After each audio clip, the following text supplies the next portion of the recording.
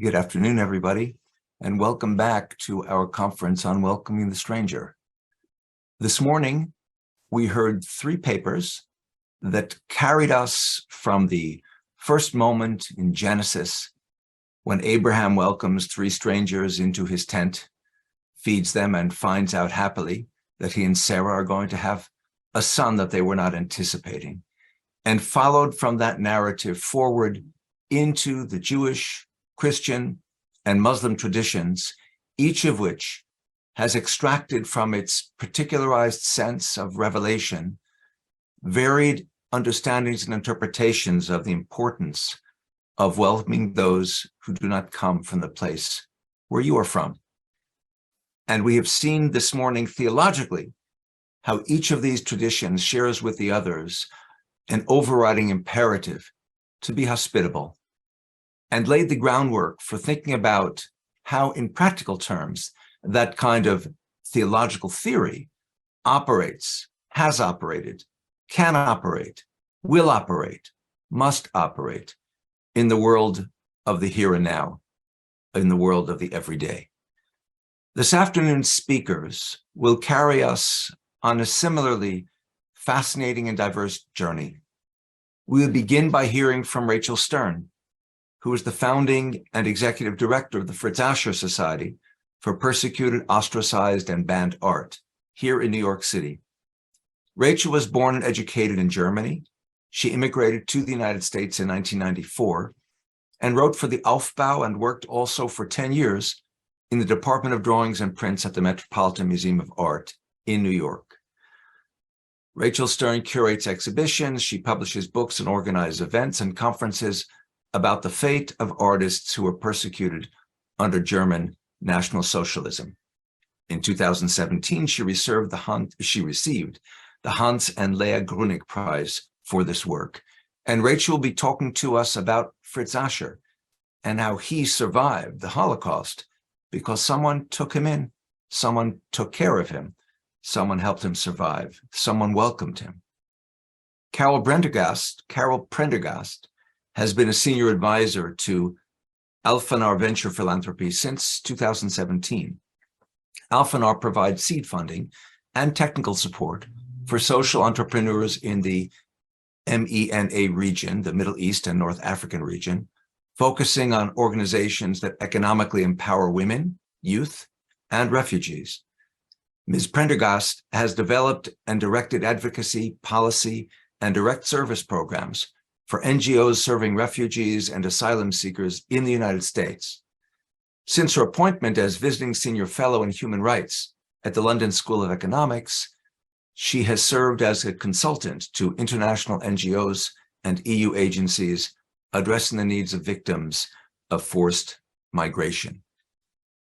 Carol Prendergast will be talking to us about some of the programs with which she is involved and the specifics of the kind of ways in which they innovate in the matter of welcoming those who come from elsewhere and making them feel at home, not just because they're welcomed, but because they become trained to become part of the new world of which they then become part.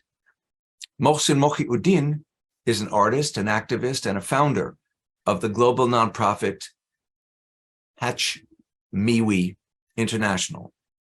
Hatch Miwi International is a global network of artists, scientists, and community builders who design methodologies and tools for creative expression and communication skills building to advance the health, the human rights, and the representation of everyone.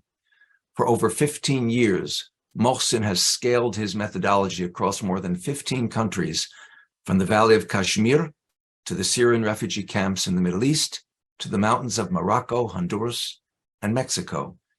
His movement has supported more than 8,000 vulnerable youth and caregivers and dozens of community-building organizations fighting violence, forced displacement, incarceration, and poverty. Mohsin previously worked for human rights organizations such as Human Rights First and worked in the Strategic Communications Division for the MDGs and SDGs for the United Nations in New York. And he will be telling us about some of the work that he has been doing And we'll have, in fact, with him a guest to share that conversation with him, someone who has been part of his program in an extremely intimate way. And finally, we'll be privileged by the end of the afternoon to hear from Honorable Mimi Tsankov, who's an immigration judge at the New York Federal Plaza Immigration Court. She is speaking in her capacity as president of the National Association of Immigration Judges. In the last 15 years, she has been presiding at immigration courts in New York, Colorado, and has held a variety of national leadership roles, including pro bono liaison judge, contributing editor to the Immigration Judge Benchbook, chair, Immigration Court, Board of Immigration Appeals Precedent Committee, mentor judge, and Juvenile Docket Best Practices Committee judge. She has been, to say the least, very busy. Judge Tsankov is currently the elected president of the National Association of Immigration Judges, the NAIJ. She became that in 2001 and that 2021, and she will hold that position until 2023. And she will share with us some very practical conversation about her experience and the role that she has played and what she has seen, what she has learned, and what we need to think about as we move the rest of the way through this day. Thank you all and enjoy this afternoon's program. Thank you, Ori, for your kind introduction. Good afternoon. When he rang Martha Grassmann's doorbell in Berlin's Lassenstraße 26 on June 15, 1942, the Jewish-born artist Fritz Ascher was out of options. He had just been warned of his imminent deportation to a deadly concentration camp. How could it be that he had to beg for his life, hunted as a stranger in his home country, Germany? Jews had lived here for centuries. They had come to the Rhineland and the Danube Valley with Roman legions, when German lands were still a cluster of more than 100 small independent tribes, and long before the establishment of Christianity. The earliest known written record is a 321 CE decree by the Emperor Constantine instructing the Roman magistrate of Cologne on relations with the local rabbi. For long periods, Jews and Germans coexisted peacefully. Prior to the Crusades, Jews were free to own property and practice all trades and professions. After the vicious pogroms of the Middle Ages, the Enlightenment, also known as the Age of Reason, brought a focus on the common humanity of all people, as well as relative freedom and safety to Jews living in German lands. In 1871, after the defeat of France, the first German nation-state was formed, in which, under the leadership of Chancellor Otto von Bismarck, the Prussian royal dynasty of the Hohenzollern was installed as emperors of the German Reich. National uniqueness, homogeneity, and a romantic tribalism became important. The distinguished Berlin lawyer Karl Wilhelm Grottenauer was probably the first one to introduce, in a hotly discussed pamphlet published in 1803, the concept of a Jewish race that was separate from and could never be properly assimilated into German society. In 1878, the German political philosopher Wilhelm Marr built on this distinction by introducing the terms Semite and Semitic from their linguistic context to a racial ethnic context. 15 years later, on October 17, 1893, the artist Fritz Ascher was born in Berlin to Jewish parents Hugo and Minna Luise Ascher, followed in 1894 and 1897 by his sisters Charlotte and Margarete. In 1899, Hugo Ascher formally left the Jewish faith with his 3 children, who were baptized in 1901. In 1918 and 1920, both Fritz's sisters were married to non-Jews. This wedding photo was taken on the occasion of Charlotte's 1918 wedding, showing the entire Ascher family, including 25-year-old Fritz, who can be seen in the background on the right. Hugo Ascher died soon after both daughters were married in 1922. Hugo Ascher was a dentist educated in the US, who became a successful businessman. Early on, he supported his son's desire to pursue a career in the arts.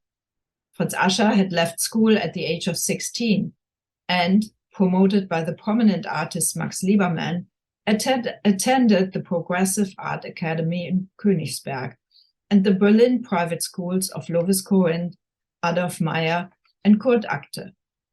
Ascher was very social, well-liked, and mingled with artists such as the older Edvard Munch, Emil Nolde, and Wassily Kandinsky, and his contemporaries Max Beckmann, George Rouault, Max Pechstein, and Ludwig Meitner. In early sketches and drawings, he captured Berlin society and the zeitgeist critically and with humor, and often these sketches resemble caricatures. The beginning of World War I in 1914 seems to have focused the 21-year-old on himself.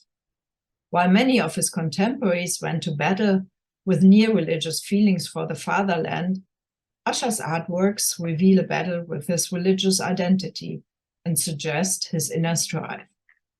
He now found his very own pictorial language, in which he combined expressive strokes and intense colors with descriptive outlines and a flat application of paint. In his drawings, Ascher continued to observe the Berlin society. Semitic and Aryan prototypes confront each other and reflect on the intensifying political and social polarization in German society. Burial from 1919 depicts a conflict within the Jewish community. A crowd of people is gathered in front of a round hole that suggests an urn burial. The person standing behind the grave appears to be giving a eulogy.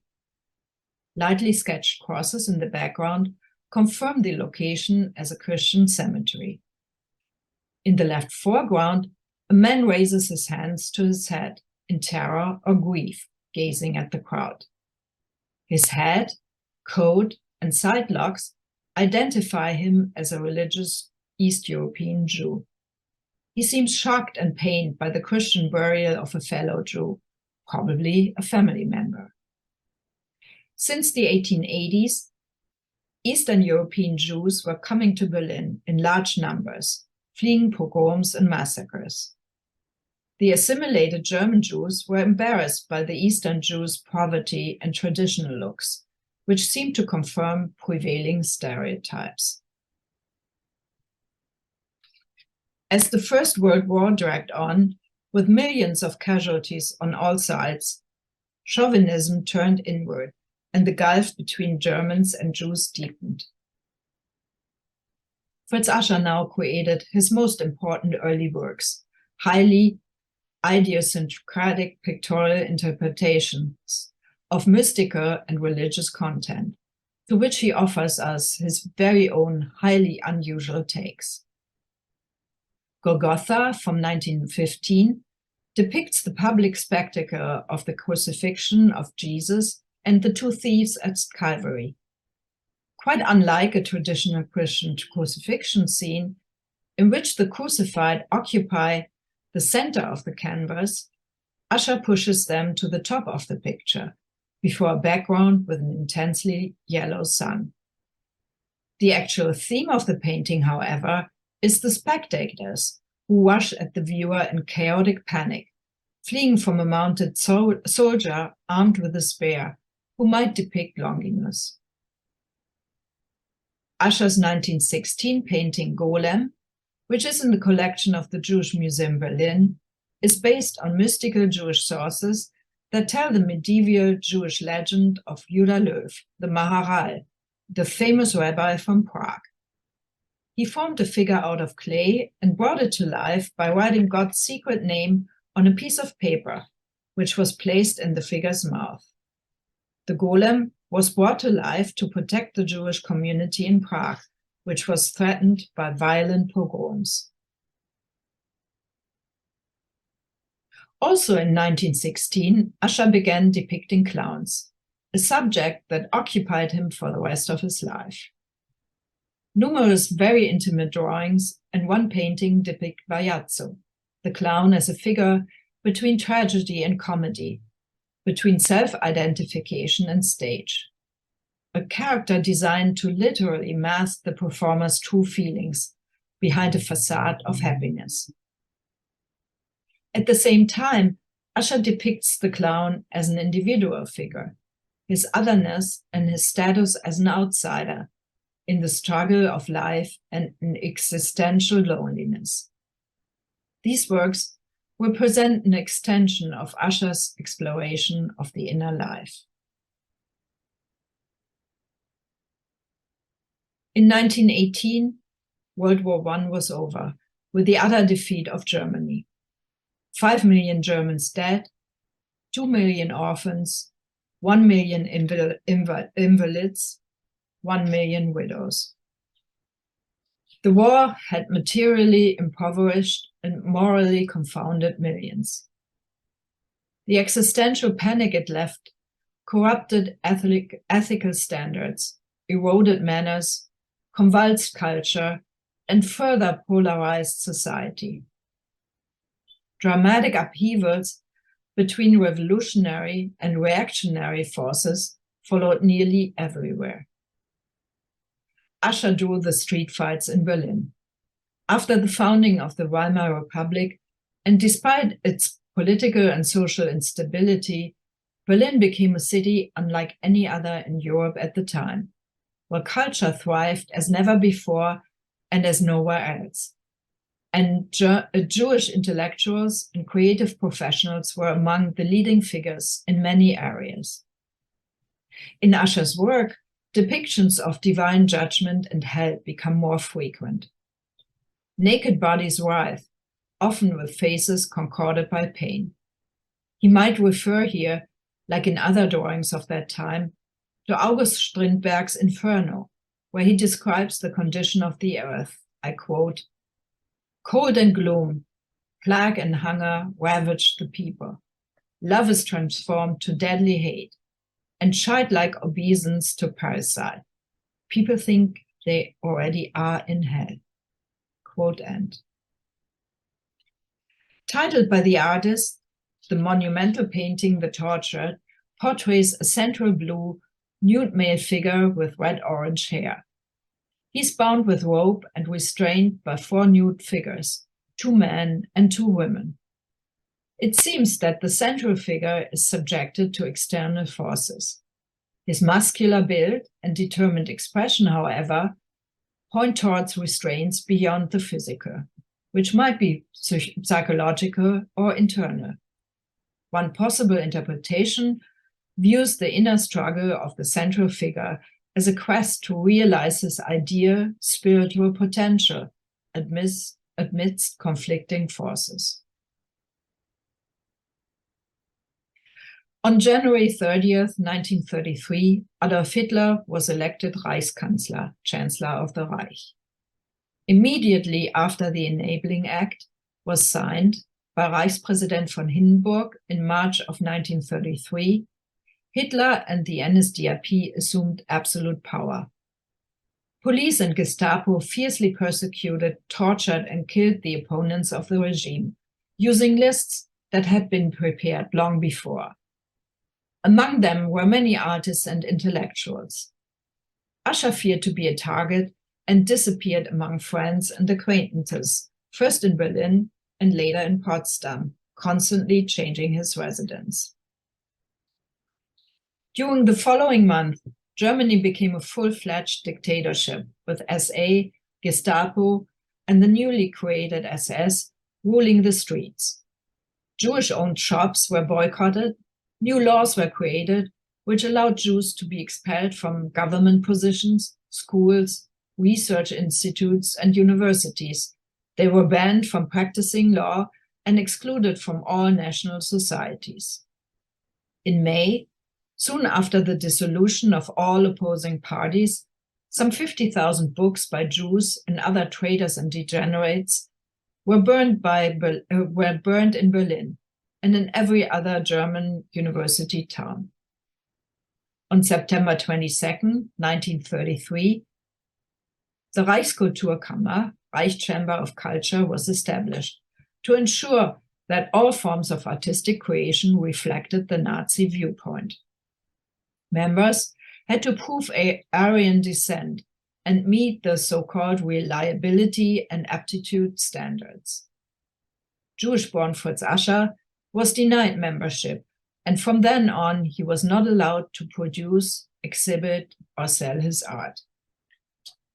At that time, about 525,000 people, or less than 1% of the German population, were registered as Jews.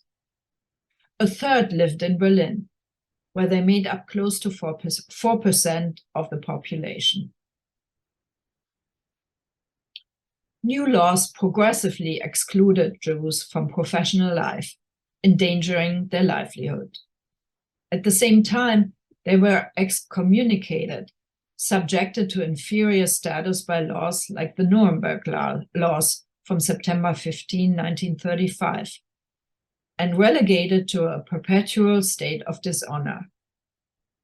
Gradually, but relentlessly, friends, neighbors, clients, and employers turned away from Jews, placing them beyond the pale of German social life and empathy.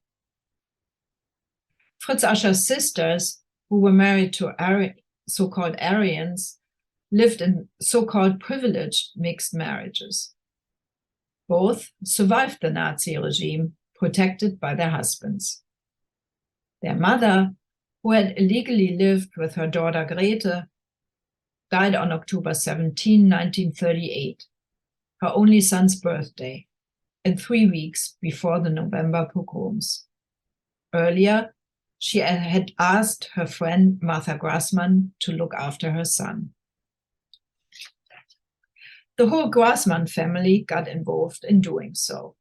At work, husband Robert had heard about the planned pogroms and tried to warn Ascher, but it was too late.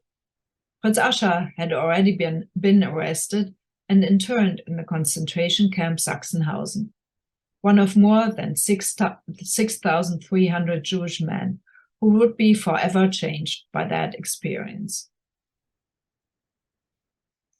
Fritz Ascher was released after 6 weeks, only to be re-arrested and incarcerated in the Potsdam Gestapo prison for 5 more months. Here too, 6 weeks are almost like a life sentence. Thanks to son Gerhard Grassmann and Protestant pastor Heinrich Grüber, Ascher was released on May 15, 1939, for the settlement of an inheritance matter and for his alleged immigration. However, he was not allowed to board a sea voyage to Shanghai. Instead, he had to report to the local police precinct 3 times a week and once a month to the Gestapo headquarters on Alexanderplatz. He moved into a Jewish pension, or bed and breakfast. From November 19, 1941, he had to wear the yellow star. When his name appeared on a deportation list, Ascher was warned by Police Chief Constable Heinrich Wolber. So now he was standing in front of Martha Grassmann's door on June 15, 1942. The Grassmanns lived in the Grunewald neighborhood of Berlin, where stately mansions stood on large properties, often hidden from direct view by old trees. The neighborhood had been home to many Jewish artists, publishers, intellectuals, and politicians. But since 1933, more and more of these Jewish inhabitants had been expelled from their homes, and important NS institutions and high-ranking Nazi officials had moved in. The Grunewald train station was nearby, where the mass deportations of Berlin's Jews had begun on October 18, 1941. Here, Martha Grassmann hid Asher for 3 years, first in her apartment and later in the basement of the building Lassenstraße 26, one of the very few Grunewald villas hit by a bomb. She was under permanent surveillance and was subjected to several house searches. Once, she tried to find Asher a safer shelter with a farmer in Belitz, outside of Berlin, but Asher was back within the week. She recalled, "He hid in a tiny space in my part of the basement. During air raids, he was locked in the superintendent's potato cellar. For 3 years, he lived in the basement among rats and wild cats." This tiny basement space was most certainly dingy and damp, without light, a bucket instead of a toilet, and no running water to wash. At least 2 other people helped Martha Grassmann with the constant dangers and challenges of hiding and feeding Asher. Frieda Eichelbaum, the daughter of the superintendent, who knew the artist since 1938, and the painter Greta Hart, daughter of the writer and literary critic Julius Hart, who was a long-term friend. Friend and collector Karl Ellwanger remembered. Apparently, Mrs. Grassmann hid 3 men. She said that Asher always stayed in his hiding place. One day, the other 2 could no longer bear it, went out and never returned.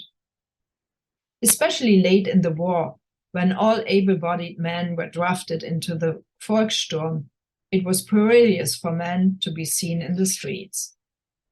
The Nazis had stepped up manhunt in the streets to find Jews, deserters, or forced laborers who had escaped. In his hideout, Asher hid even more. Fear of betrayal and discovery, torture and death, hunger, immobility and loneliness never left him. Deprived of books, conversation, or artistic work, he was completely cast back at himself and his educational horizon. He expressed his feelings in poems. Ratte. Dunkel bleibt's und schleicht in Huschen. Unrat scheint dem Geist gemein. Tückisch wie die Augen funkeln, Menetekel des Versumpften, des verfemten Flüchtigsein. In other poems, he reflected on his unpainted images.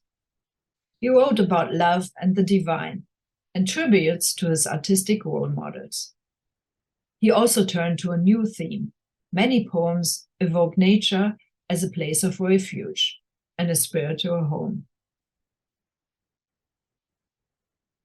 After Germany's defeat in 1945, Fritz Ascher was one of about 5,000 Jews who had survived submerged in Germany. About 1,700 of them survived in Berlin. 12 years of persecution very much altered his personality, his life, as well as his art. The artist moved in with Martha Grassmann at Bismarck Allee 26, just across the street from his former hiding place. She took care of him for the rest of his life. Former neighbor Ute Gustavus remembered, she protected him from the outside world. And the outside world was not friendly. The American Omgus Surveys, Office of Military Government, United States, conducted between 1945 and 49, found that the German people were even more anti-Semitic after 1945 than during the Nazi regime.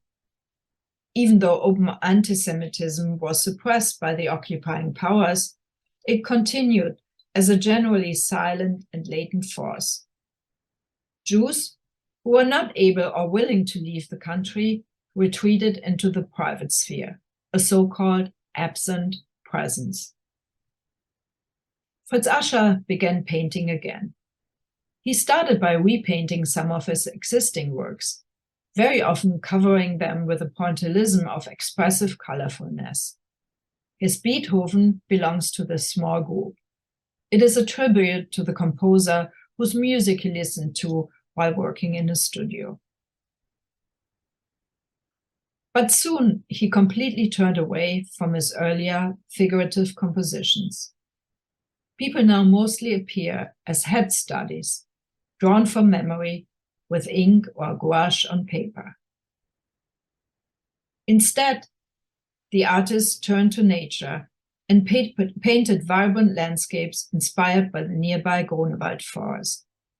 Finally, he was able to paint the motifs he had envisioned in poems like Sonnenuntergang from 1942, written in hiding. Das güldene Ründen senkte sacht, verstrahlend. Glutete verblutend alle Ferne. Bis es ergraut, an Schaffe dann gewandt. Das Nächtige geschah.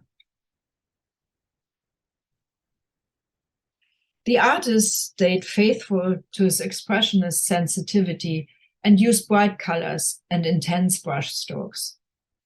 In setting sun, paint is running in all directions, traces of the creative process in which the artist turned the picture until the result felt right. He worked with renewed immediacy and urgency, dramatically simplifying forms and medium.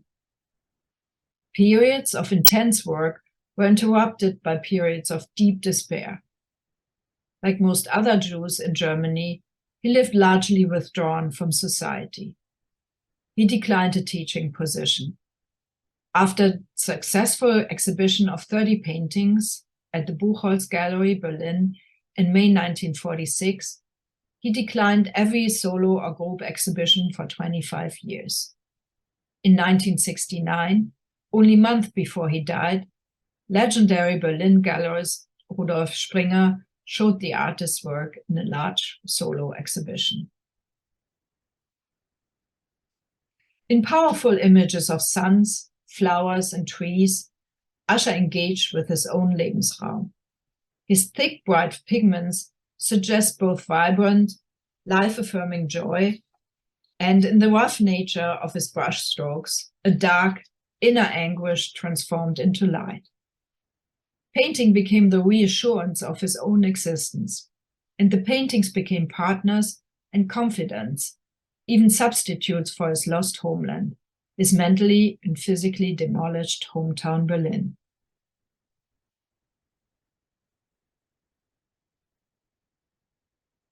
Thin trees seem exposed to the elements, fragile and full of suspense in relation to nature and one another. These trees become standing figures, confronting us, each as distinctive as any individual. Heavy-trunked trees, having outwithered many storms and seasons, fill out the entire picture plane.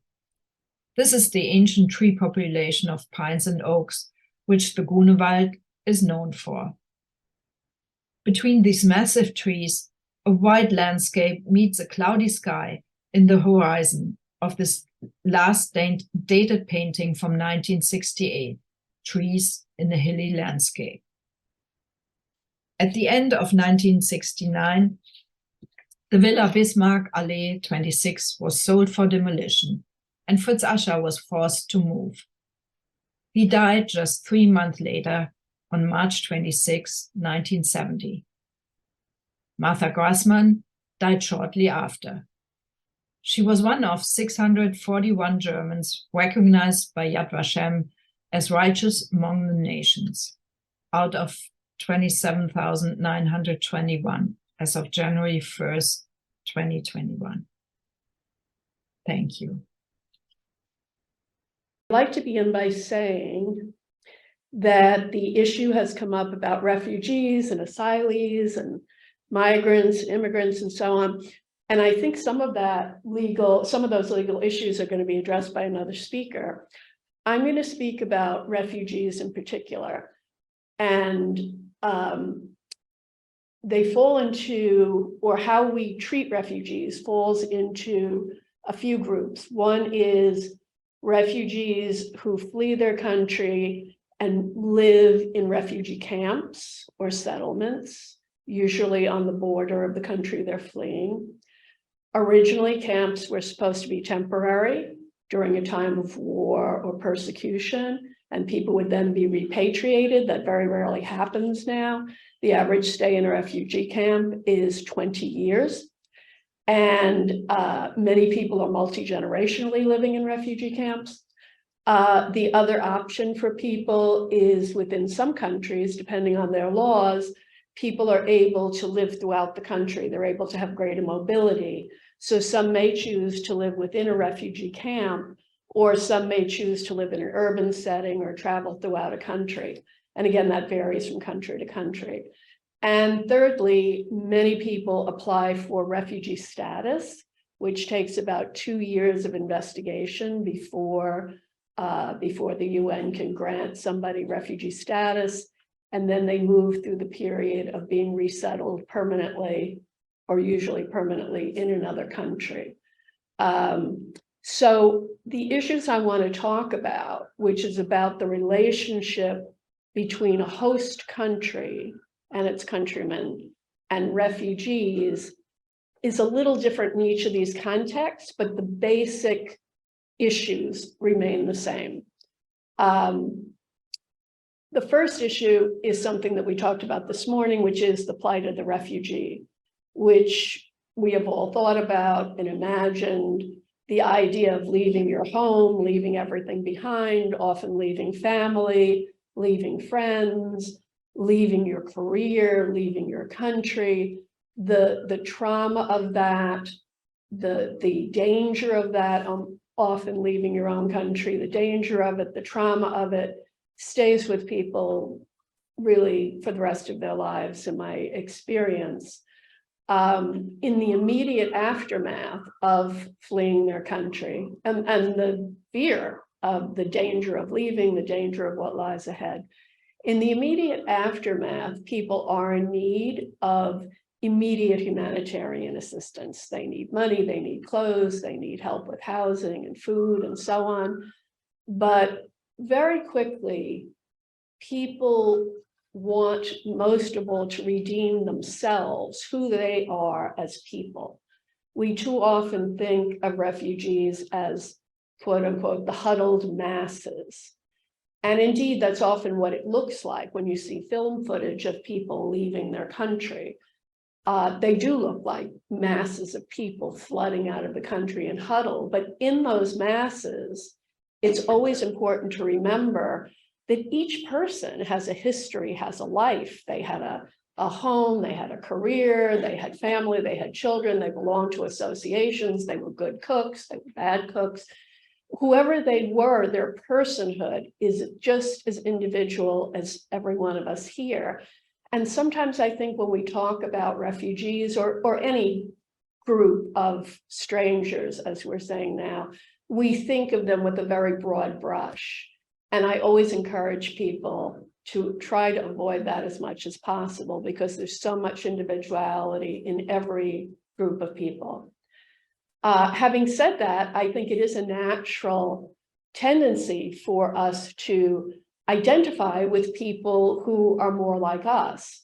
When I was talking to someone as the flow of refugees started coming from Ukraine, the person said to me, you know, usually I feel like I'm seeing people in rural settings, climbing over mountains, you know, and here I'm looking and it looks like everybody's in a car. It looks like the LIE on a Friday night in traffic leaving New York City. Everybody's in their car, everybody's checking their cell phone. It's not their picture of what a refugee is.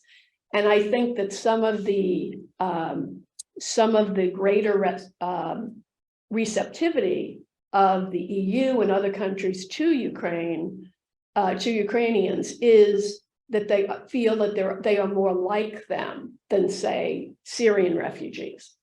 I don't judge that. I think it's a natural first response, but then people need to go a little deeper to think about, well, if you wear different clothes or you're a different color or you have a different culture, you're still a person, and you're not, as you may have some less similarities, but you're carrying the same heart and soul of humanity with you, and you're suffering in the same way. So the struggles of refugees are broadly very, very similar. I think it's important to acknowledge that host countries are also struggling. Most countries that welcome refugees are the very poorest of countries. A country like Uganda, for example, has 1.4 million refugees. They have the highest number of refugees in all of Africa, and they are much less resourced than other countries. Now, in some ways, the UN and other agencies assist in helping to finance the welcoming or the caring for refugees, but nevertheless, it's a tremendous burden. Then we look at the people who we are hoping will welcome, people in the host country who are hoping will welcome refugees.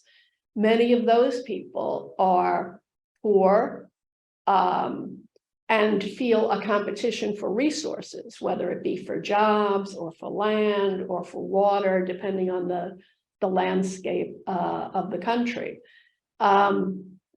So there's that tension between even wanting to welcome people, but not feeling like you have enough. So how are you going to give to this other person, which is reminding me of some of the comments made earlier today in the religious traditions. It should not impact on you, whether you have a lot or you don't have a lot. But the reality is, for most people, it does impact on what their response is. It makes it easier for people to accept people who may share their language or their culture or their faith. But it's, you know, it's not a guarantee. The other issue that comes up for people is competition. There was a large study done, which I initially found alarming, but I came to find I welcomed it. There was a very large study done of what were the most influential factors on how somebody received a refugee. Was it culture? Was it language? Was it prosperity of your own country? And it came that in the survey of over 20,000 people, the factor that was most influential was what was the attitude of your peer group, of your household towards refugees or immigrants, someone who's different, the stranger who has come. And my first thought, maybe reflecting on the US today, was, oh God, this is like bad news. You know, if the biggest influence on you is what your immediate circle feels. But when I thought about it, I thought, well, there's a lot of opportunity there. If you're talking about a communal circle, be it a family, a household, a community, it really would take contact of a single person in that universe to have contact with a refugee, with someone who is a stranger who is coming, to have a positive experience, to bring that back to the family, so that we shouldn't operate from a point of view of, well, this is a parochial group of people, they don't like people who are different.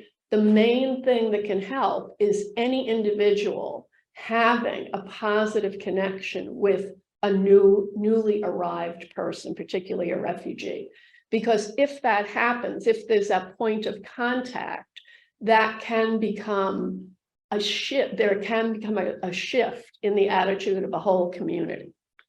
So one of the things that I have become very involved in working on is how do we create positive experiences, both for host, I'll call them host citizens rather than country, host citizens and refugees. How can we best set up a positive experience for both of them?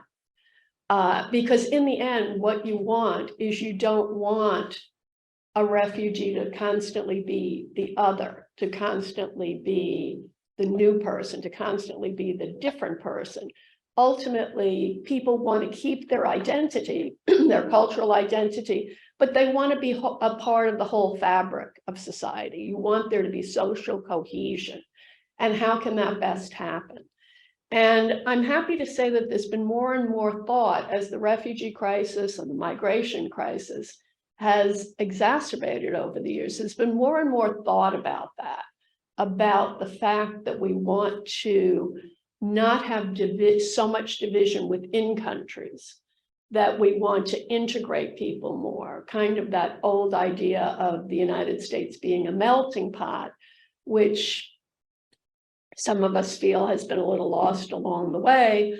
But how can people at least have cohesion? So for my work, the basic, the best possibility for that is through partnerships. Now, some partnerships can happen serendipitously. One story is from a young man who was living in a refugee camp in Uganda. And the camp, some camps are closed off, some have much more open borders. This one had kind of open borders. And this is maybe 10, 15 years ago, back when we still had, UBS ports and we weren't downloading things from, and he decided that everybody in his camp, or most people, really liked music, and they kind of missed their music. And they had those little, players, the little music players we all used to have. And he went into a nearby city, saved up some money he had made, would go in on a monthly basis and download music from somebody who had a computer store there, and he'd download it onto a USB. And he'd go back to his camp, and for like a penny or whatever, people could buy music and download them into these players. So that led to more social interaction, to more dancing, to more music. Meanwhile, he was building up a little business relationship with this store in town. And just from that one contact, he improved life within his own camp, and other people in the city became more interested in trading or doing business with people in the camp, because all of a sudden they weren't them. They were like listening to similar music, buying clothes, people making clothes in the camps that then were sold in the city.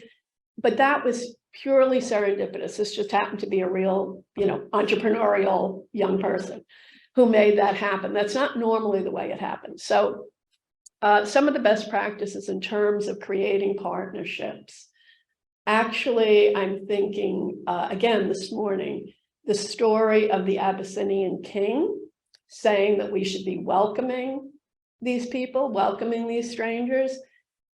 Still today, one of the most effective instruments in helping to integrate refugees is still maybe not the king anymore, but the government. What is the policy? Because what policy a government sets a certain tone. It may not convince everyone, but it sets a tone. So again, going back to Uganda, where this eager beaver had this music business going, Uganda has a very liberal mobility policy, so that people can live in a camp, leave the camp, live in a city. They can move within the country, which isn't true in most countries. You're limited to certain places you can live. They also have a land share project, where if you're in a camp, you have a certain allocation of land that you can grow food on. And so people can not only grow their own food, but sometimes can engage in trade and so on and so forth. Whether a country has, many countries have restrictive policies in terms of the ability of people to work. In order to protect their own citizens, they'll choose certain areas of work where they're short of people, but they don't want refugees competing in other areas with their own citizens. So often work is more limited. So there are various policies like that, whether somebody is entitled to go to public schools or not. All of that varies by country by country. And it's pretty clear that the more welcoming, the wider scope the policy is towards refugees, the better chance those refugees have of integrating into the society.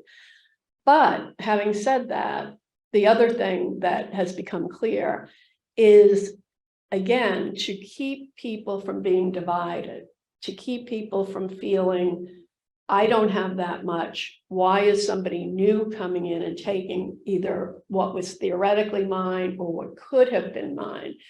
People who are working in this field have come to see that providing assistance to refugees, you really need to include the whole population. Often refugees are resettled or choose to resettle in parts of a country that are poor because it's cheaper to live there.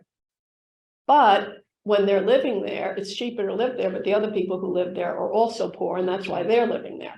So people who have been thinking about this are thinking whenever you go into an area, if you're trying to provide opportunities for refugees, it's really only going to work if you include the entire population.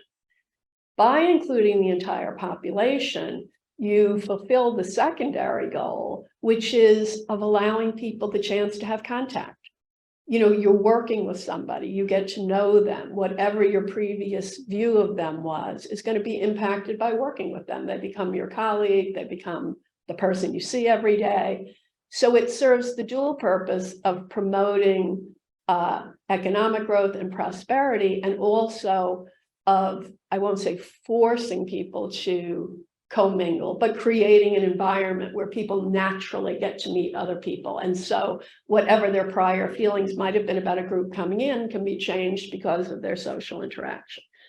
So there are a number of ways that this can happen. The first is through cross-sector partnerships. This would be by creating jobs. So getting the private sector to create jobs. And one of the examples of this, and I'm going to ruin my pronunciation of his last name, is Hamid Uluker, who was from Turkey. He was not a refugee. He came here to go to university. He had come from a dairy farm in Turkey, and he was interested in starting a more large-scale yogurt farm. And he found an abandoned yogurt farm in upstate New York, had been abandoned. The town had gotten run down because everybody worked at the yogurt farm. And it was also a place where many, many Syrian refugees had been resettled. Again, it was cheap, but there really weren't any jobs. So he buys this place for very little money. He sees there's an employment base here. He hires people to fix up the place. He hires basically everybody. Within 2 years, the factory opens. He hires literally everybody within reach of this yogurt factory, which was about 50% people who were native New Yorkers, native upstate New Yorkers, and half were Syrian. And he found that they integrated really well. They really liked the work. And the product is Chobani yogurt. So he used this as a model. That was like his first yogurt factory in the US. And he used it as a model, and where he particularly targets places that have a big refugee population. And they also happen to be places which are needing business investment. So he's got a factory in Idaho, upstate New York, I can't remember where else, but they're all places that needed economic development. And he really wanted to both economically develop areas and help develop refugees. And it's a wonderful model. And it's such a good model that he then has gone and formed a group called Tent Partnerships. And he's gone around to CEOs of many, many companies. I think there's up to 300 now in the Tent Partnership. And he goes to them, he gets them excited about this idea. And he has staffed this nonprofit with people who will help businesses locate areas throughout the world. It's not just in the US, throughout the world, that need economic development and that also have a big concentration of refugees. And so he's not forcing it on anyone, but anyone who is interested, he has an entire staff to help see what your needs are as a business, help locate places, help make the connections with the local government or the local banks. And he he is promoting that. And as I said, there are 300 businesses participating in that. So that has been an incredible contribution to both social cohesion and economic development for refugees and for businesses. Now that's about creating jobs. Then we have another model, which is a model that I'm very involved with at Alpha Venture Philanthropy, which is about developing entrepreneurial efforts. Again, in many countries that are under-resourced, there just aren't enough jobs to go around. And so most countries have no objection to a refugee who wants to start their own business, because it's not taking away a job, it's creating a job. It's either allowing them to be self-sufficient, or if they're successful, it's allowing them to hire other people. And at Alpha, we work primarily with groups in Lebanon, in Egypt, in Jordan, and we focus particularly on youth, women, and refugees. And because they're the people who have the least likelihood of being able to break into the mainstream in some way. But we don't limit it to that, but those are kind of our focus areas. And the way that the venture philanthropy works, it works kind of like venture capital. Someone will have an idea, they come to us with that idea. We have committees that will review it. And the idea of it is to make a commitment of up to 5 years of funding. But it's not just giving people money. The main thing people need, like every small business owner I've ever met, the main thing people need is guidance. And how do I develop a business? I have an idea. I have a thought about what I want to do, but how do I make it a business? So we have recruited many volunteers who themselves are entrepreneurs or have expertise in other capacity building and whatever the field is that the person's business is in. Often locally within their own country. We have country directors there, sometimes brought in from other countries. So we help people develop a business plan, develop their business. They're in fairly constant consultation with a team of advisors who are helping them to grow this business, helping them to solve problems. And as they do that, we provide seed funding for the first few years. It'll be a different amount each year depending on what the needs are.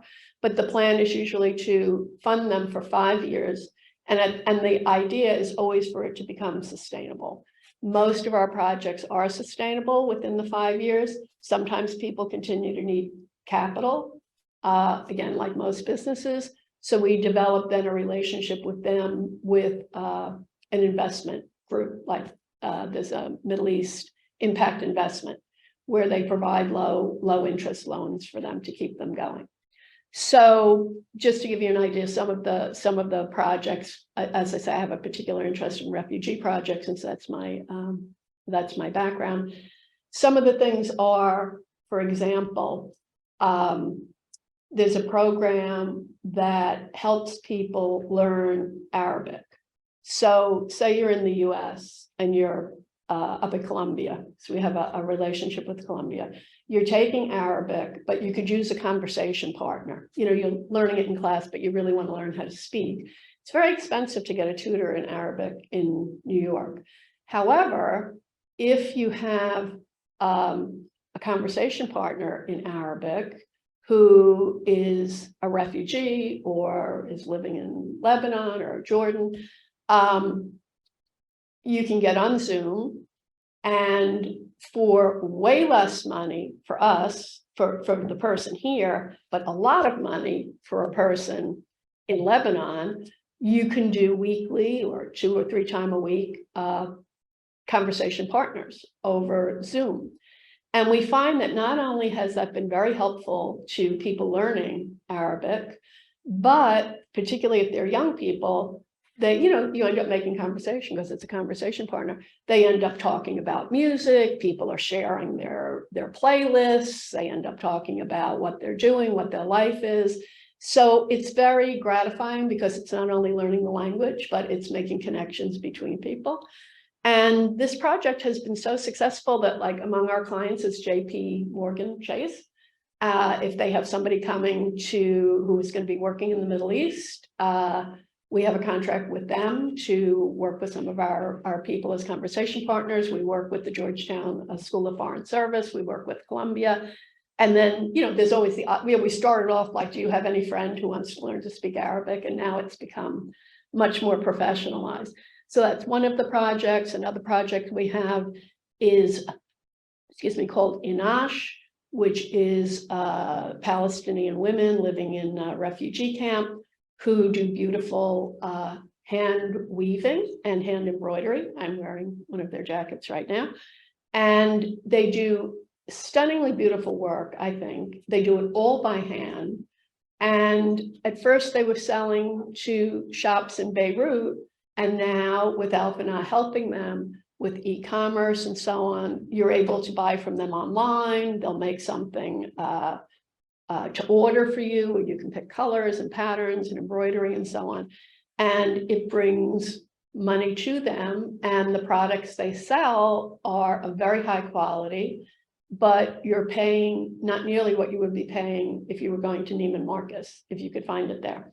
And the decision has been not to go through major retailers, but to go through e-commerce, which keeps down costs and so on and so forth. So that's another one of our projects. Another one is teaching young people to code.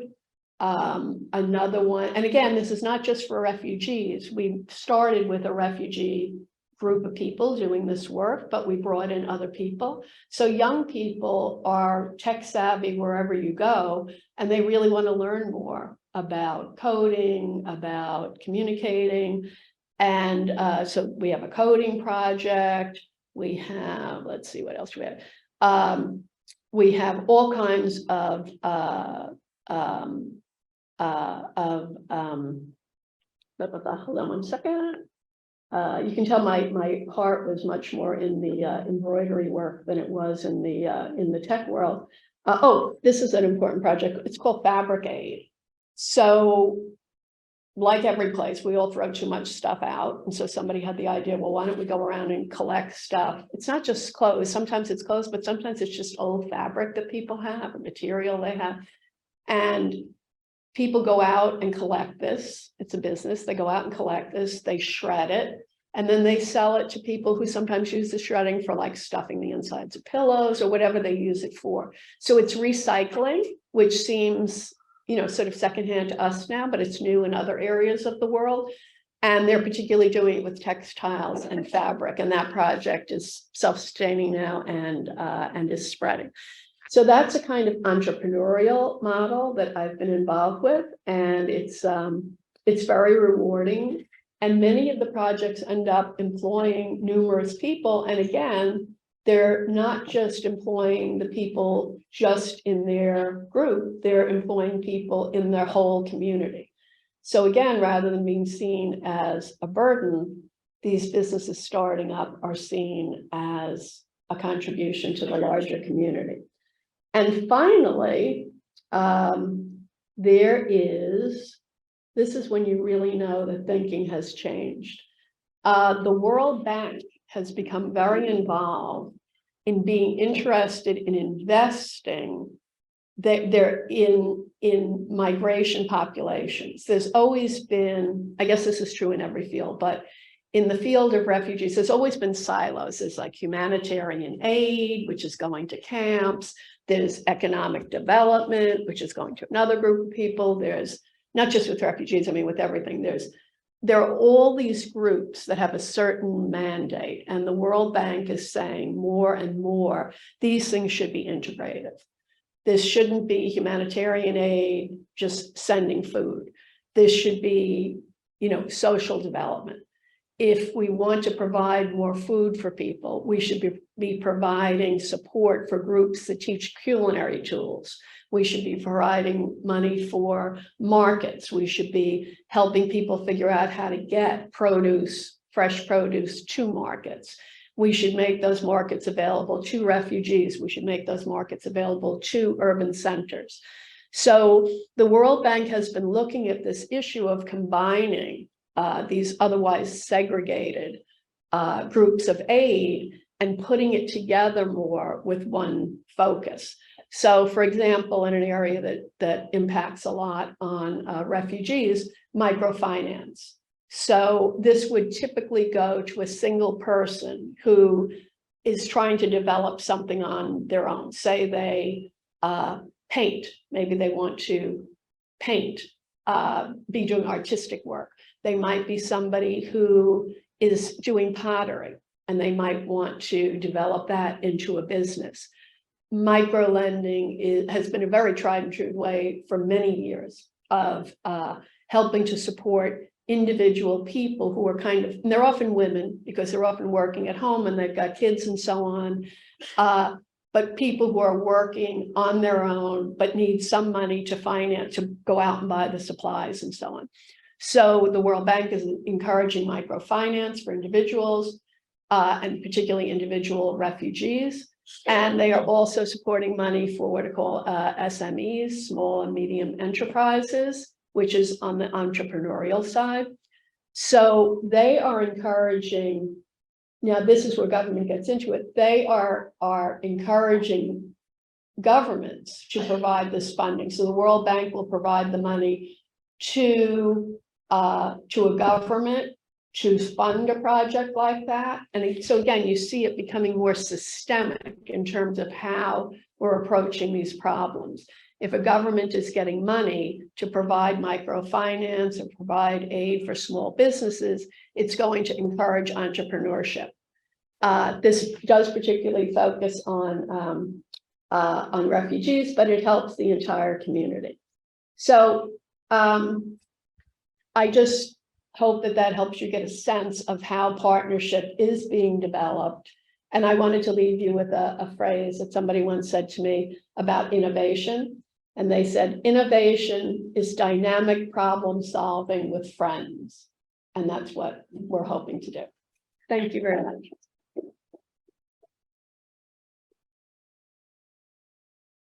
Monty, you up and ready to run? Let's do that. And then we will have a brief coffee break after Monty has finished. Reframing narratives to remodel the world. Floor is yours. Thank you.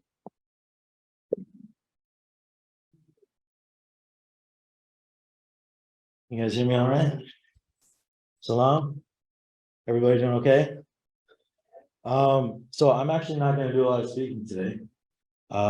In the interest of representation and equality, we have our dear friend and colleague Hadi here, who is from Syria, who got a visa a few days ago to come here. We're going to hear from him. But I will say a few words. But I'm also joined by my colleague, Jacqueline. My name is Mos Mohideen. I'm the founder and CEO of MeWe International.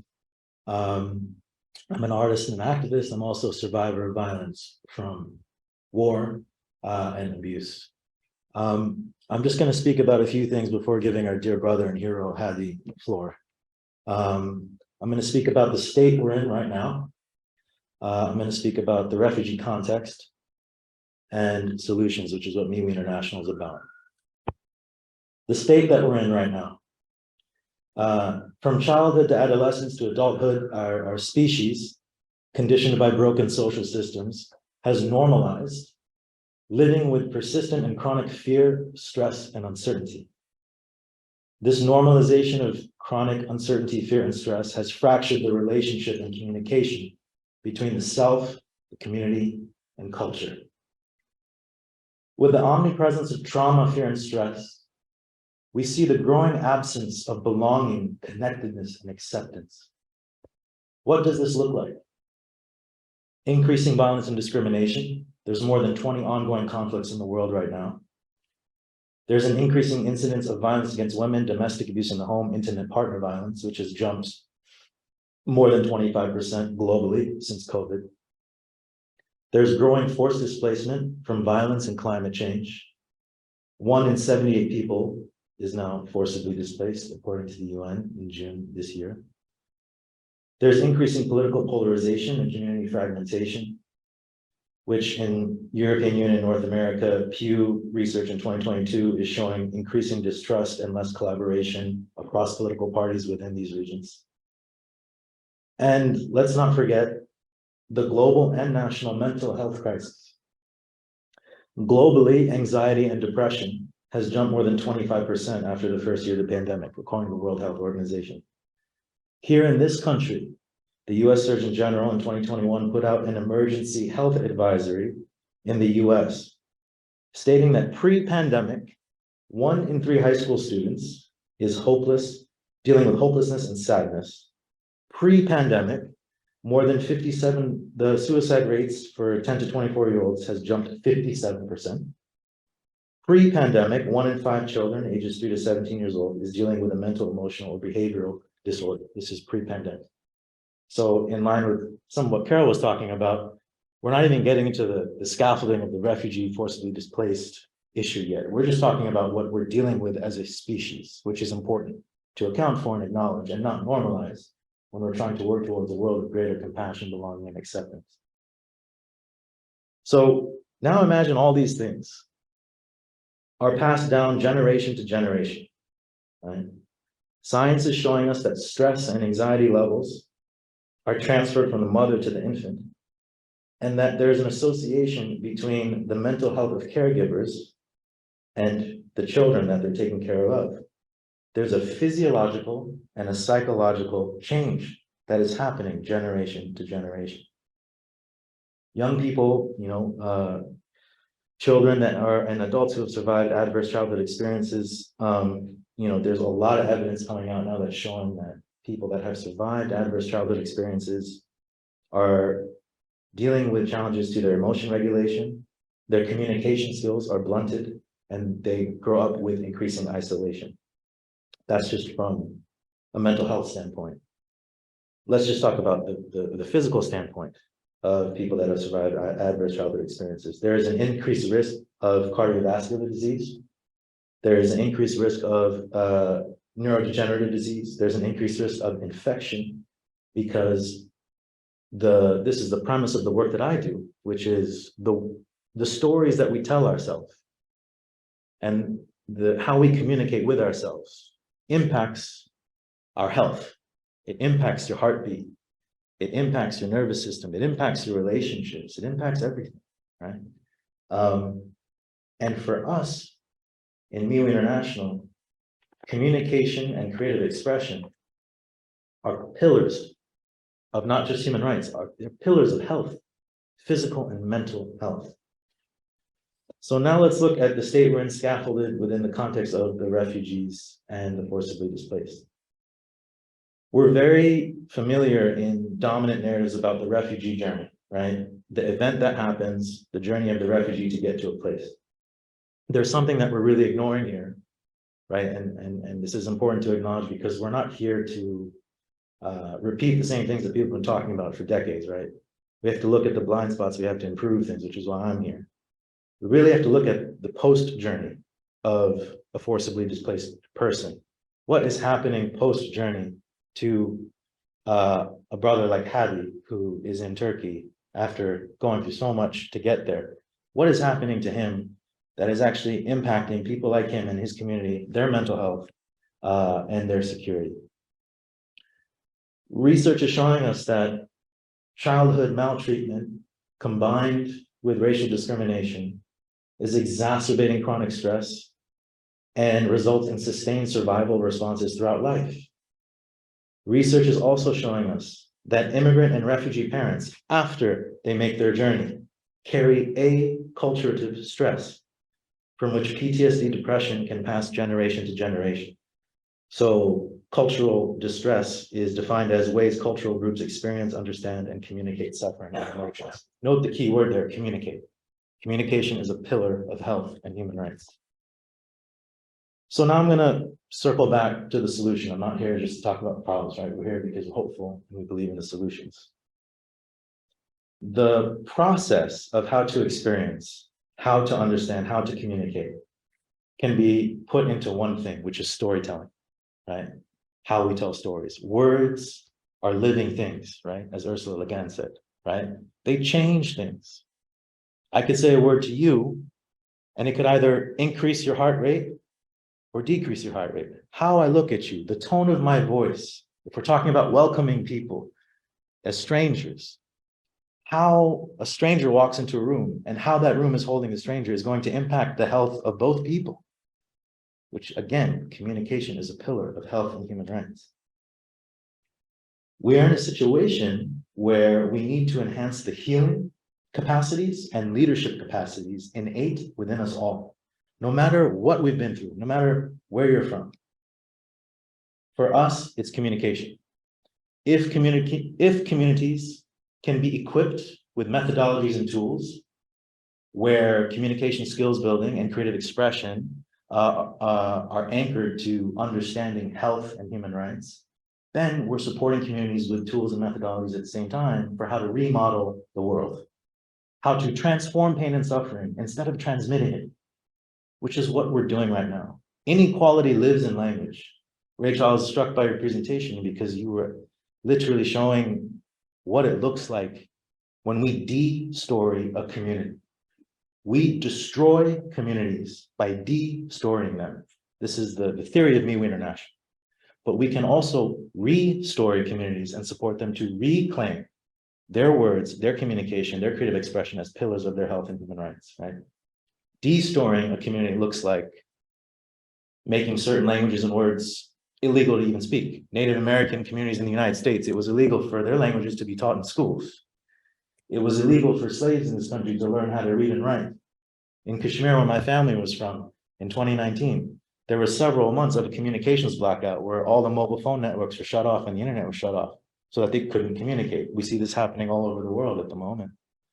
There's a huge shift happening, especially with the pandemic as well, where even the pandemic has weaponized how we communicate as a species. We couldn't see each other. We couldn't hug each other. We couldn't talk normally. This had physiological and psychological impacts on our species. So when we're thinking about how to empower and support vulnerable communities, refugee populations, immigrant populations, we need to realize the science of how trauma and isolation blunts and diminishes those things in our brain and our body that are associated with communication. And without communication, we don't have connectedness. And without connectedness, we don't have community. And in order to further the interdependence of Syrian refugees with Americans, we need community, we need communication. This is vital. Last thing I'm going to say before handing it over to Hadi, who I really want us to hear from, right, is we've been doing this work for 10 years. We've reached 8,000 people, which is beautiful. But I want to focus on the last 3 years because we've had the pandemic. 50 community facilitators that we've trained. This means we're training Syrians on how to scale the programs back to Syrians peer-to-peer. This means we're training Hondurans who are dealing with migration crises on how to scale the program to Hondurans, Mexican women on how to scale the program to Mexicans.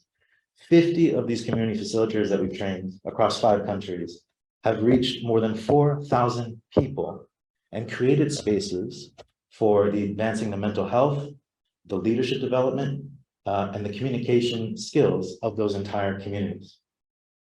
And what we're seeing and learning is that an arrested narrative of you will translate to an arrested narrative of an entire community. It will translate to an arrested development of that entire community. The stories that we keep within us, those are missed opportunities. That's anonymous potential. That's anonymous power. But by unlocking those communication tools, which get blunted with trauma, right, we can really remodel the world through narratives. And what we're seeing is 60 to 80% improvement in psychological well-being, 70 to 80% improvement in leadership and communication skills, and 70% of our community participants are asking to be facilitators. And here's the mission, and this is what we're all about with the work that we do, especially with refugee and immigrant communities. We need to change the cultural narrative that is plagued by power dynamics. We need the sufferers to reclaim space and culture as the healers. We need the victims and survivors to reclaim cultural space as the problem solvers and innovators. We need the underrepresented to reclaim space and culture to be the catalyst of positive social change. That is what we need to do. And that's our mission. And we're going to fight like hell to realize that. I want to invite our brother Hadi here to share his experience. He's a hero. He's helped reach 3,000 refugees through our work. He's our project manager of our MeWe Syria program. This is his first time in New York City. Let's please give him a round of applause.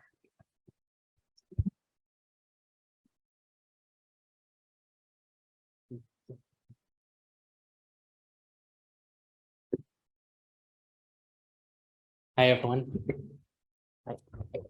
My name is Hadi. I identify myself as a human, as a psychologist in training, and as a mental health practitioner, a global citizen.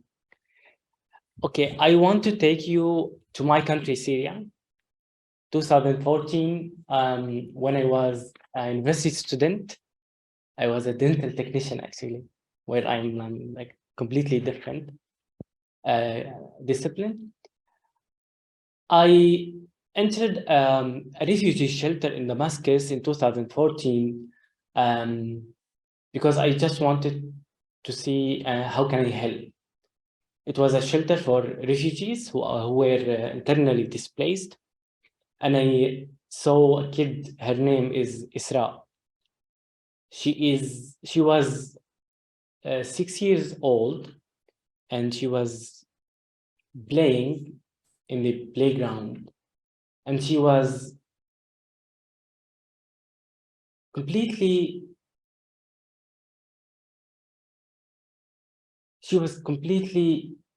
phenomenal in the way that she acts, and in the way she plays. She wants to be happy as a kid, even though she lost her home, she lost her father, and no one is telling her what happened to her.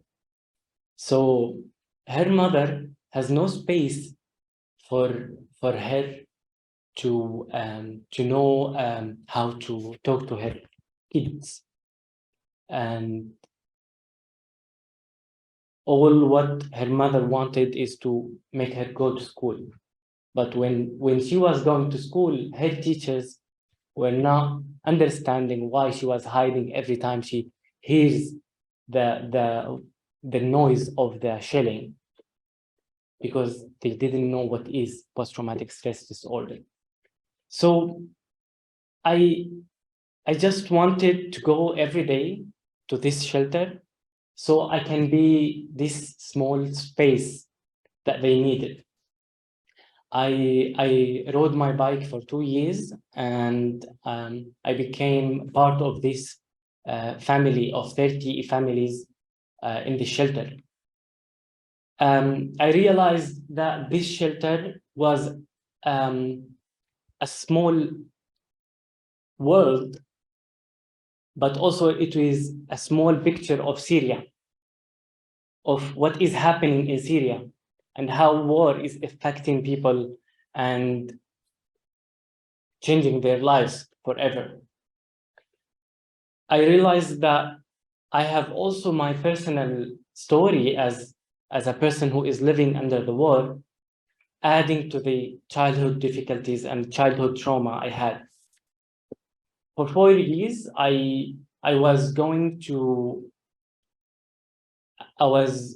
school, to university, and to the shelter, and I was riding my bike to go, and every day I had to pass the checkpoint of the army, and I had to be hiding the panic of fear and smiling, so they don't like get suspicious, or they don't investigate me. So but I was going every day and I was smiling, but inside I was not okay. I believed in love, in kindness. I didn't know I didn't know the mental health aspects of all what was happening, but I only believed in love and kindness and just smiling at kids and playing with them. In 2016, I had to choose, because it was the time where it was the time for the mandatory military service. So I had to choose either to become part of the violent cycle and cause more trauma, or to uphold the values and principles and the ethics that I have. So I chose to go and to flee to Turkey, even starting from nowhere. And I was very positive. I don't know why and how. I was always positive, ambitious, and I had my goals in a piece of paper. So many goals, so many ambitious, and I wanted to do two things. I wanted to have a degree in psychology, and I wanted to work with people and continue what I started in Syria. In 2016, in the peace education program and the psychosocial support program that I was leading and volunteering, I had the chance to meet Mohsen, and I had a chance to know Miwi. What I found about Miwi was that this program is a space where people needed the same place that Isra and her mother needed. And it's just letting people and allowing people to communicate, to express, and to receive support and give support to each other. And this is all what they needed.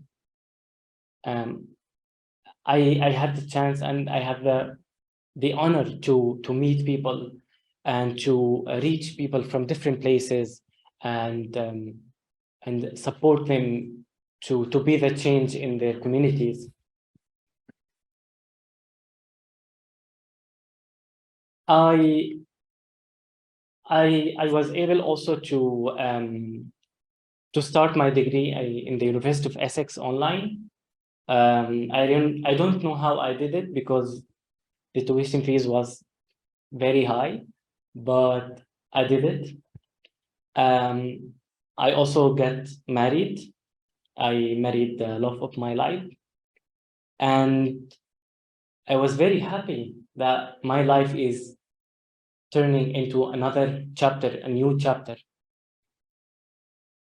But I realized that it's the changes that happen in the countries that I am in and in the countries, in the area, in the region, that is not easy because there was a threat of residency, stability, and I realized that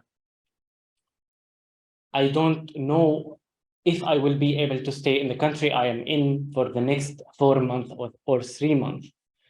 So every day I was dealing with discrimination, feeling of that people uses my labeling as refugees and dealing with refugees as numbers, as only numbers or as a political cards. So I felt that people and politicians are using my label, using my status and deciding my future. But I'm always staying positive and trying to find positivity in everything. So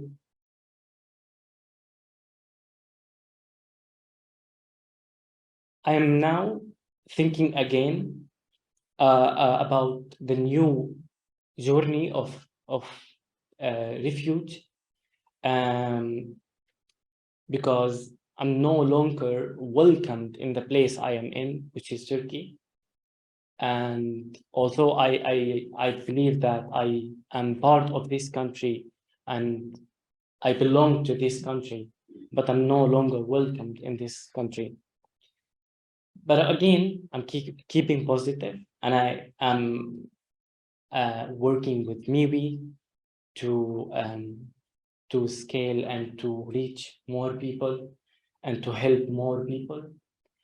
And I'm also have ambitions, and I'm applying for master degrees for childhood development, so I can continue what I started and to help maybe not Isra, because Isra now is a teenager, or maybe she is now married, I don't know, but maybe her next generation.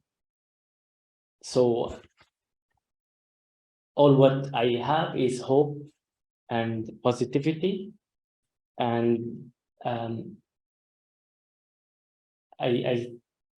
think that the communication also need to be happen that between this generation and between these communities, because everyone is looking at refugees as they are burden, as they are a political problem, but I think that they are full of life, full of resiliency, and full of hope. Thank you very much.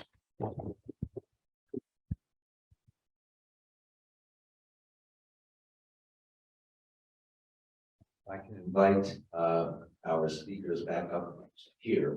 We have about 15 minutes or so for questions, and then we will have about 15 minutes for a coffee break, and then we will move on to our next part, okay?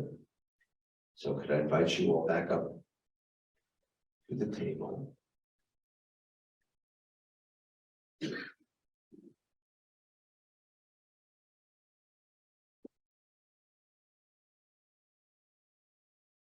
So, question from out here.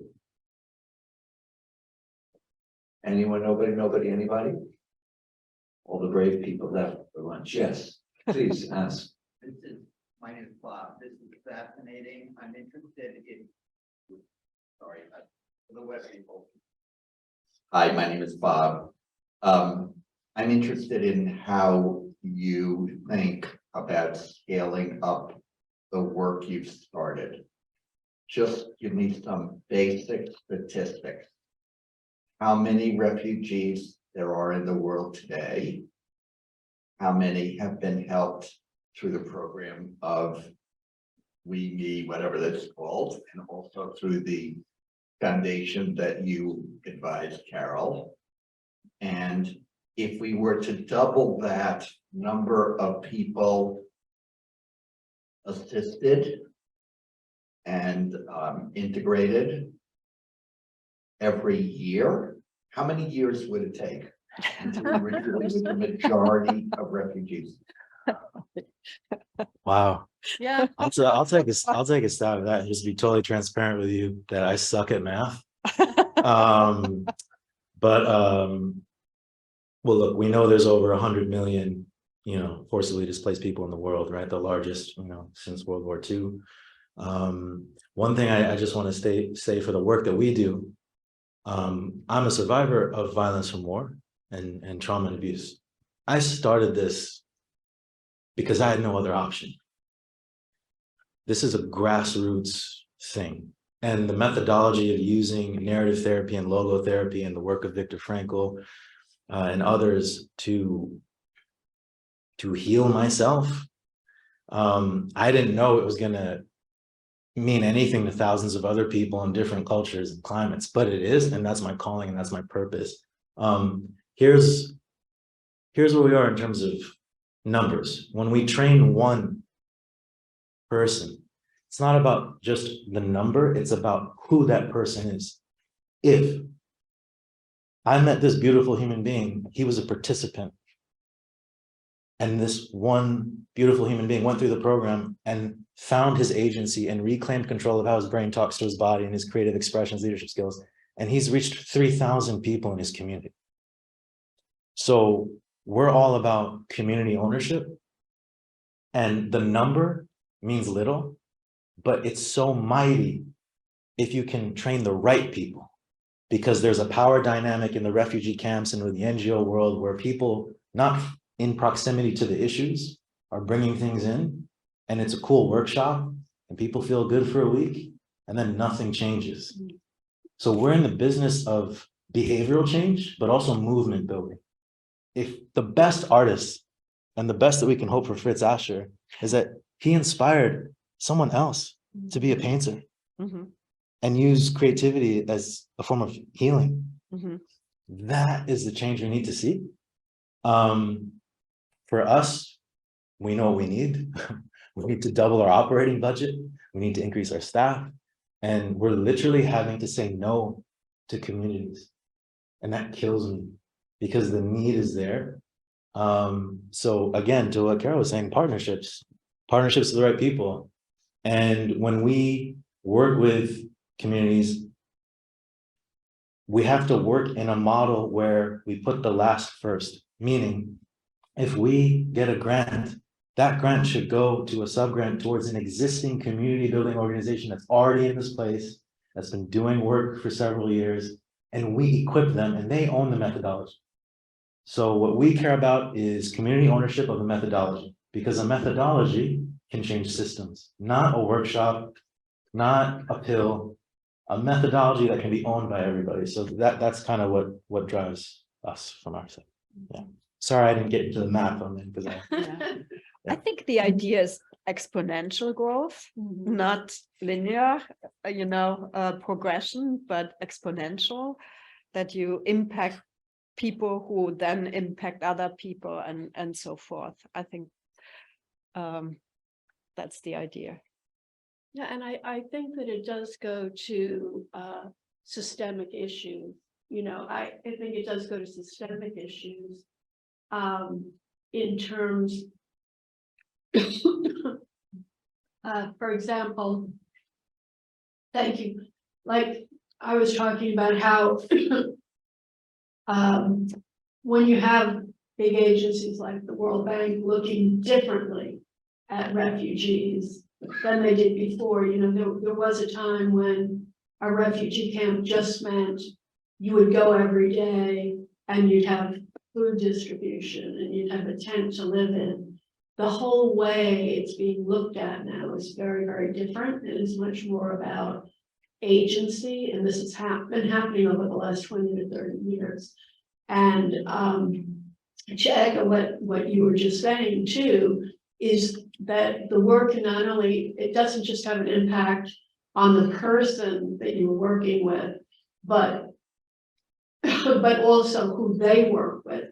And ultimately, this is wildly optimistic, but we wouldn't all be here doing this if we weren't. It's basically to shift how people actually see people. Like I was thinking this about narrative, how we see, say, people who have suffered trauma as just not the suffering victim, but as a person with a voice and agency and experience and what they can share and what people can gain from what they have to share. It's just a very different way of looking at it. And I think there is a certain positive contagion aspect to it that is something that makes me feel encouraged. Do we have any questions online from our Zoom audience? No. Any other questions from this audience? You guys said it all. Then we will take a 15-minute coffee break and return for the last segment of our program at 5 of 3. Okay. Thank you all very much. that was awesome. Really lovely presentation. It was really great. I love the images too. You use the paintings. Wonderful. No, it's different, and your approach is also trauma. For him, the painting for sure was also trauma. The painting was the treatment. visualization of the work there. That was fantastic. We should talk about funding for you. Oh my gosh. Because I work with the Clinton Wellview Initiative, and they're like wired all over. the Really? place. Yes. Wow. So let's, Yeah. I'll get, of course, did I bring a Well, card? yeah. No, but we can connect through, I have your email. Oh, 'cause you've yeah. been emailing. Right. Perfect. But I definitely will, and they're looking at the power of narrative and Oh, story. we're there. I'd love to introduce you to I that, would really appreciate that. because Carol. they Yeah. don't give money, Mm. but they Connect. connect That's people. what we need. Right, And we've been doing this for Yep. 15 years, so we're kind of at that. right. We're at that precipice Right. where it's like, Well, you hit a ceiling. Yeah. It's funny because Alvin has been around for 15 years too. So there must have been something in the water. Yeah. Yeah. But yeah, there we go. you hit a certain ceiling, and then if you want to grow it, you need an extra. And the Boost. thing, what gives me confidence is like, our validation is the demand from the people. Mm-hmm. And we're Mhm. hearing from nurses, from teachers, from countries we've never been to, Mhm. emailing us, hey, Could can you you do come here? something And we have here? to say no. Yep. Now it's happening That's so much. I'm like, fantastic. okay, we got to shift here. We got to think Yeah. bigger. But that means we'll have more time for question and answers after we hear our last wonderful speaker, Honorable Mimi Tsankov, who is an immigration judge at the New York Federal Plaza Immigration Court. So there were some questions at the end of the morning about how this plays out legally, and I said there'll be answers. We have the answers before us. But just so you know, she is speaking in her capacity as president of the National Association of Immigrant Judges. In the past 15 years, she has been presiding immigration courts in New York, in Colorado, where one of my sons lived, that's probably why she was there, and California. And she has held a variety of national leadership roles, including pro bono liaison judge, contributing editor to the Immigration Judge Benchbook, chair Immigration Court, Board of Immigration Appeals President Committee, mentor judge, and juvenile docket best practices committee chair. And she is currently the elected president of the National Association of Immigrant Judges. Her term is 2021 to 2023. And just in case you wondered whether she just was self-taught, she did complete her JD at the University of Virginia School of Law and was awarded an MA in International Relations as well at the University of Virginia Graduate School of Politics. So she comes at things from multiple angles. And she did complete her undergraduate degree earlier on at James Madison University. And there you have it. So Mimi, the floor is yours. Thank you so much for joining us on Zoom. My only regret is that you're not here in person, but we will survive. Thank you. Go. Thank you so much for that lovely introduction and for inviting me today. I am coming to you from California, so I do appreciate your patience with any technical lag, but it seems like it's working pretty well so far. I'm honored to be speaking today in my capacity as president of the National Association of Immigration Judges. And so it's important that I say that to you because not only am I a professor at Fordham, an adjunct professor, but it's critical that I speak only in my capacity as president of the NAIJ, of the over 600 immigration judges that are currently presiding in the United States. And so I want to go ahead and read my disclaimer to you. It's critical that I do. The views expressed here don't necessarily represent the official position of the United States Department of Justice, the Attorney General, or the Executive Office for Immigration Review. And they represent my personal opinions, which were formed after extensive consultation with the membership of the National Association of Immigration Judges. So what can I tell you about today? When we think about immigration practice, it covers so many areas. I mean, it ranges from citizenship law to asylum law, constitutional law, labor law, family law, administrative law, and rules and regulations. There's litigation components, and it even brings in criminal law. So it really truly covers a wide variety of topics. And I touch almost all of those in my role as a sitting immigration judge in downtown New York City, generally.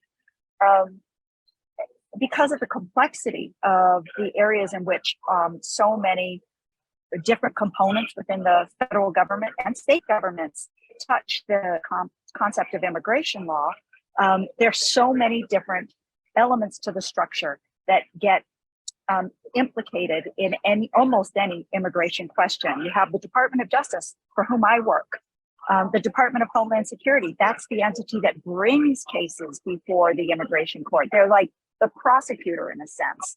We have USCIS, Citizenship and Immigration Services, all the individuals that maybe marry a United States citizen that want to apply for relief or apply for status based on that relationship, they apply through USCIS.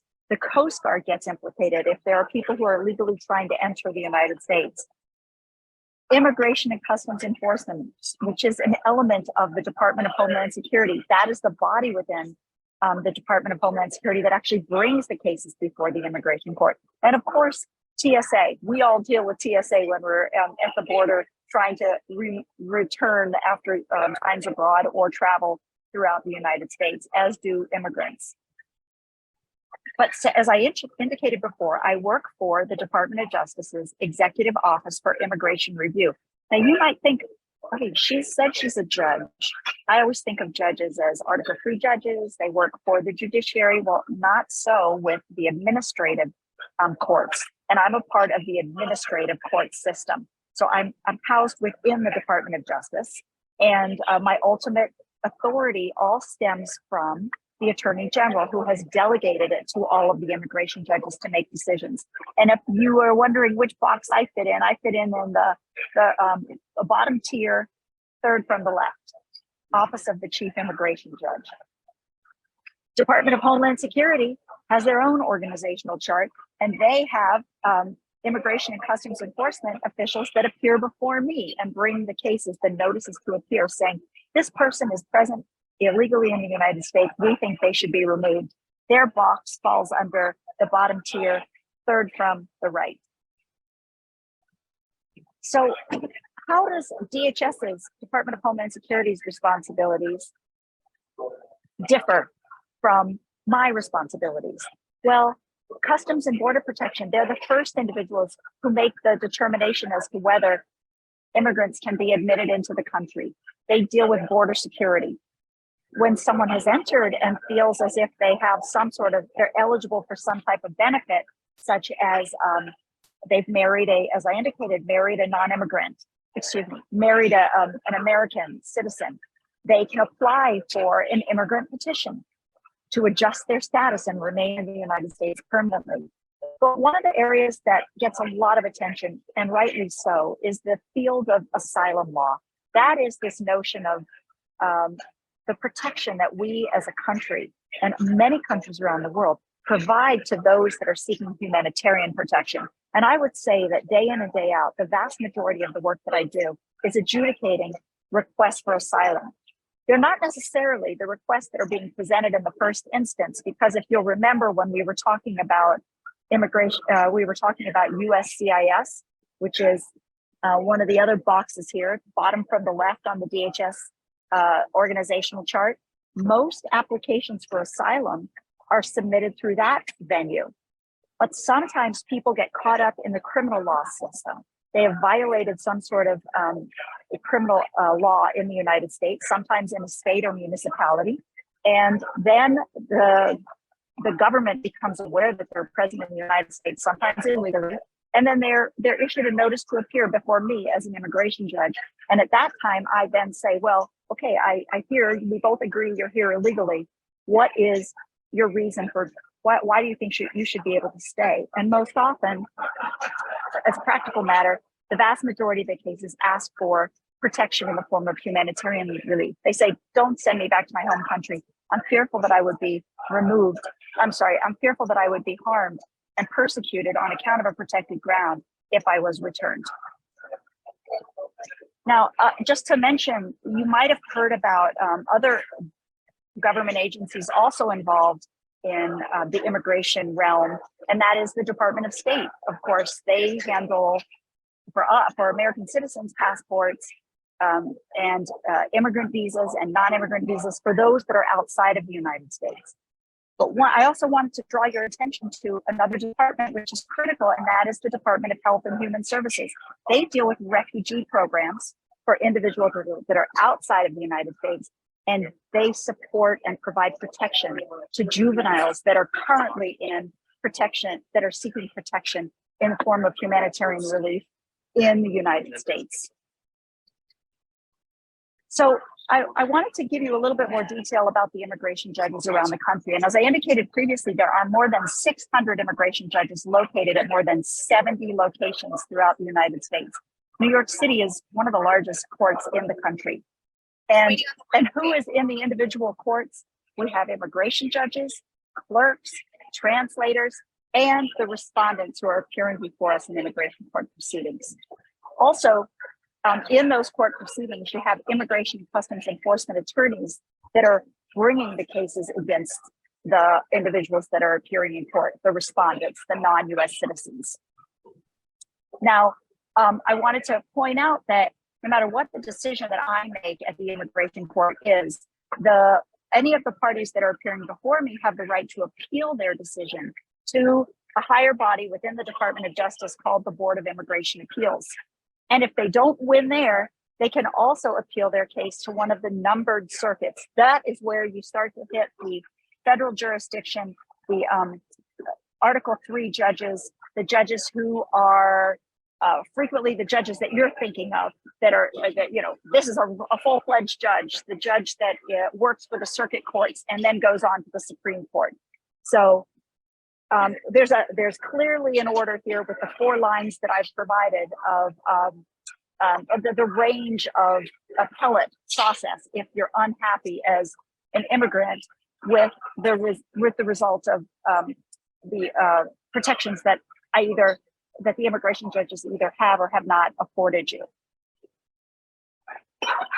Just give you the next slide. So how do we make our decisions? Well, the sources of immigration law, as you can imagine, with as much complexity as there is, are quite varied. But we get our law from the administrative law regime that is set forth in the Immigration and Nationality Act, which is a statute that was enacted by Congress back in the 1950s. So oftentimes you hear, well, don't we need new immigration law? Well, yes, we probably do need to improve our systems, but the law itself is this thick. It's almost 2 inches thick. And it really, most likely, it just requires levers within enforcement decisions about how you want to implement the Immigration and Nationality Act. All the laws are there. They can either be turned on and focused, become the focus of a particular administration to do more aggressive enforcement, or they can be somewhat viewed in a more relaxed manner because leadership in the White House might decide this is not an enforcement priority. We're talking about currently, at times the numbers have been 12, 13, and 14 million people who are in the United States illegally. And so questions remain as to what degree do the various administrations choose to exercise their enforcement capacity, and where do they want to focus their priorities? Because there's limited money that's been afforded by Congress to address all of the immigration problems that are currently plaguing the country. So that's not the only source of law that we have. We have those, the appellate bodies who review cases and provide precedent decisions for us through the Board of Immigration Appeals, the circuit court decisions at the federal circuit court level. Those are those numbered circuits that I mentioned, and the Supreme Court. Supreme Court gets involved quite often on deciding how immigration law is going to be evaluated and whether it is considered constitutional or not. Every single case that an immigration judge decides has to comply with something called due process, which is procedural due process. Every single person that appears before us may not have the right to remain in the United States, but they do all have the right to be treated with an enormous amount of respect and what we call due process, giving them sufficient time within which to seek representation. If it's a child or there's a capacity issue, giving them more time to prepare and ensure that they are ready and able to fully participate in the proceedings before the court. So I am always worried about ensuring that I provide due process to the people that appear before me.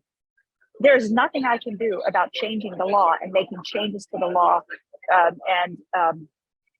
saying somebody should be able to stay, as much as I might personally like them or want to support, their ability to remain in the United States. I simply don't have discretion beyond that's been afforded to me by the Attorney General. I have to apply the law as it stands, as it currently stands, but do so with compassion, with with professionalism, and with no bias. So these are the ways that the guideposts that I pretty much try to apply in all the decisions that I make. How do I make those decisions? We have multiple court hearings. The first hearing is called a master calendar hearing. It's much like an arraignment in the context of criminal court, where a lot of people come to the immigration court, sometimes 50 to 100 cases at a time. And we analyze those cases and figure out what path they're going to take. Usually it's 5 to 10 minutes per case at most. And we're basically just getting a sense of what's going to happen. What is the path that this person is going to take? The vast majority of the cases are individuals that have said, look, I recognize I overstayed my visa. I'm not here legally, but I want to avail myself of some of the protections, such as humanitarian protections that the United States government affords and offers. And so let me pursue those before you judge. I'm now married to a United States citizen, for example, and I'm eligible to adjust my status in the United States. Judge, please consider my application in that regard. And so that's it's that master calendar where we decide how those cases will play out. The types of relief, as I indicated, that people can apply for, they can apply for these humanitarian protections in the form of asylum, something called withholding of removal, which is really in European law, it's called non-refoulement. You know, you don't send somebody back to a place where they could be persecuted or tortured if it's more likely than not, more than 50% chance that they would be persecuted on account of a protected ground. But the United States government is also a party to the United Nations Convention Against Torture. And I do an analysis as to whether you could be tortured if you were returned to your home country, and whether it's more likely than not that you could be tortured by the government or at the instigation of the government or with an entity that the government either cannot or will not control. So that becomes sort of the analysis that we all work on in deciding whether someone's eligible to remain in the United States.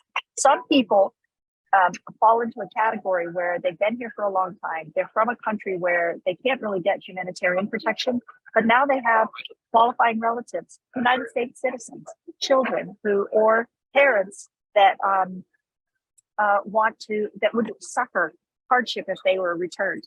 It's a very few number of people that get that type of protection. It's only 4,000 people across the entire country per year can be eligible for cancellation of removal. Other types of protection that people can get is they can say, look, I know that I'm here illegally. I really need to just return to my home country, and I don't want to be penalized on trying to return. And I want to do so legally upon my return. So can you please grant me something called voluntary departure? And that's another type of relief that we can provide. Now, an area that that's very high profile, gets a lot of attention, is people who are detained, that are in detention.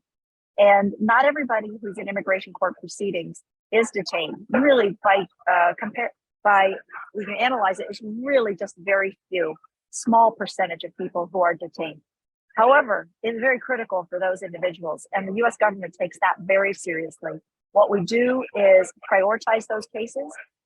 Cases get immediately scheduled for what we call a bond hearing, where you are before an immigration judge, and the judge decides whether you would be a flight risk or whether you're a danger to the community. And so it's those kinds of determinations that are made in analyzing whether someone gets to remain in the United States, remain in detention, or if they can be released on bond. The initial bond determinations are usually made by the Department of Homeland Security, but their decisions can be appealed to the immigration judge, and we get to decide if the person can be released. Those are such important hearings, and those ones often, if they don't get a hearing fast enough or they're not satisfied somehow, they will take appeals to the district court, U.S. District Court, and ask for the immigration judges to take action more quickly. As I indicated a moment ago, what does the judge think about when they're deciding whether someone should remain in remain in detention or be released? As I indicated, flight risk. How do you prove that you're not a flight risk? Well, maybe you have a job already in the community, or you have family, you own a home, you have children, you have a history of going to proceedings in the past, other types of proceedings, criminal law proceedings, for example. Then the next question, are you a danger to the community, or have you been rehabilitated? So somebody might have had a DUI, for example, driving under the influence, and they say, well, yes, I was a danger in the past. I'm not as much now because I engaged in that behavior 20 years ago. And, you can see between the past and now, excellent history of lack of any criminal behavior. And then the final thing is that we look to see is whether, this ties into the flight risk question, are you eligible to pursue some type of relief? Because that is going to weigh in heavily on whether the likelihood that you're going to want to come back to court, not when you're not just detained. We have special dockets that require a lot of special attention, and those oftentimes involve the juveniles. Juvenile dockets, these are minors. I mean, any age person can be put in proceedings. Sometimes people come over the border with infants, with children, and those children are put in proceedings as well. You must know that there's no right to free representation in immigration court proceeding. So that becomes very challenging, not only for the immigration judges who need to preside over these cases with small children, but also it becomes very difficult for us as a community, because you remember those children in cages, this period of a few years ago when there's authority, there's literally legal authority to say you can detain children. But fortunately, the country, different policy decisions get made where they might say, okay, let's make sure we're as humane as we can possibly be in orchestrating a detention regime that is not going to be so onerous or so difficult for these children. So we have special dockets where the judge will preside over just minors. So when the kids come to court, they're not with a lot of adults, they're with all other children. The judge might not be wearing a robe so that the children don't feel as scared or nervous. They might be focused and putting them in environments where they'll be near family and friends, and the family and friends can sit with them at the council table. And the cases might be scheduled for courthouses in parts of the country where there are a lot of pro bono attorneys that can appear and represent them for free. I wanted to point out that sometimes people wonder, well, who are these groups that are providing the free representation? Well, Fordham Law School provides some free representation. They have in their law school, they have a clinic, immigration law clinic that's put on that is led by Professor Solomene, and she and her students seek protection for individuals some individuals that are appearing in immigration court. But also there's a surprise there would be the famous actress Angelina Jolie. She's extremely well known in the immigration world because she has committed a lot of resources to the creation of a system for free representation for all children who appear in at least 7 courts. Every single one of them gets free representation. And those are 7 of the largest cities around the country. But there are other organizations too that provide this support. Catholic Charities is a big player in the provision of pro bono representation for children and individuals that are seeking assistance in immigration court proceedings. And many of the people who are on the family unity docket. Sometimes we'll have a whole family that comes across the border, and there are children, but also parents, and we try to keep all of them together so that they can all seek representation and have their cases heard simultaneously, because there's so much crossover substantively about what they claim would happen to them if they were returned to their home country.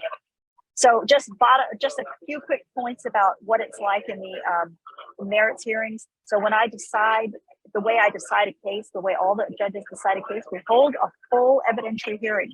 And that is a challenging hearing because you have the Department of Homeland Security representing the government, and they are testing every aspect of the case. That can include witnesses that are presented, evidence that's presented. We can have, you've got opening statements, closing statements, motions practice, witnesses, expert witnesses, briefs that are filed. I mean, it is a full-on hearing. And you can imagine how challenging that is with regard to children. And so that's why we benefit enormously from when pro bono providers are providing that support. The cases can be heard in 2 ways. They can either be heard in person in the actual courtroom, but they can also be heard through video. And we use WebEx most recently. That was instituted during COVID.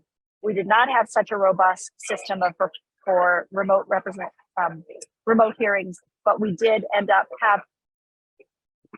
putting in place quite successfully remote hearings all around the country now. So this is quite common to have those remote hearings going forward. And at the hearing, Department of Homeland Security is there. The attorneys that are appearing before the court give me a roadmap for what the hearing is going to be like. We deal with sequestering witnesses, marking exhibits, taking objections regarding any of the evidence that's been filed. Everything is done on the record, and a whole statement is, a transcript is created following the hearing. We deal with who bears which burden, burdens of proof, all of the types of things you would imagine you'd have in a hearing. That does go forward in that way. And at the conclusion of the proceedings, as the immigration judge, we render a decision. Oftentimes we do it orally at the conclusion of a hearing, which is sometimes takes 45 minutes to an hour to present. Other times we do a written decision if it's a very complicated case. Now, the last point that I wanted to make is that most of this, I've been focusing on the fact that many of the aspects of the immigration court proceedings move quite well. You know, we have a system in place where the structure is there. We know how to handle these cases. But the challenge that we have is that the immigration court itself is housed within the Department of Justice. You'll remember that that's what I pointed out at the very beginning, that my authority is has been delegated to me by the Attorney General. And what I am doing is, the concern that I have is that, and many of us have, is that the immigration court is housed within the Department of Justice. And the concern is that there can be politicization of immigration court proceedings. At a minimum, they can be subject to interference by, politics, because the Attorney General is a political appointee by the president. But we, as immigration judges, we are sworn to ensure that due process, constitutional due process, is provided. And this is the challenge that we oftentimes find. We as judges feel that there should be more time to handle the cases. We should grant more time to parties that are appearing before us to prepare for their hearings. And this is the challenge that we sometimes have, because the Attorney General controls the jurisprudence, the cases, and the managing of the dockets, and the stress that they can put on the immigration judges in terms of employment, maintaining their employment. Judges can be fired if they do not work quickly enough. So that's the challenge that we're facing. We as immigration judges work closely through the National Association of Immigration Judges with the U.S. Congress to create an independent immigration court, an Article 1 immigration court under Article 1 of the Constitution. That would be a congressionally created court. And the House of Representatives in the last Congress, well, the current one, the new one hasn't started yet, but they created an Article 1 bill. And we're waiting for a companion bill to be introduced in the Senate in the coming Congress. And we're very hopeful that we will see improvements to the structure of our immigration court system and address this inherent structural flaw with the immigration court being housed within the Department of Justice. The American Immigration Lawyers Association, the American Bar Association, the Federal Bar Association, New York City Bar Association, so many organizations around the country have all said that we need this independent immigration court. So that's my goal. I work on that every single day, in addition to my work on the bench. And thank you for your attention.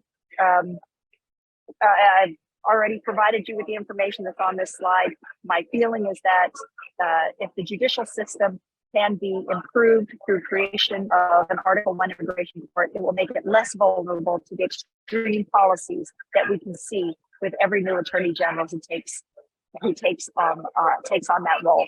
And I'll stop there with my presentation and invite some questions.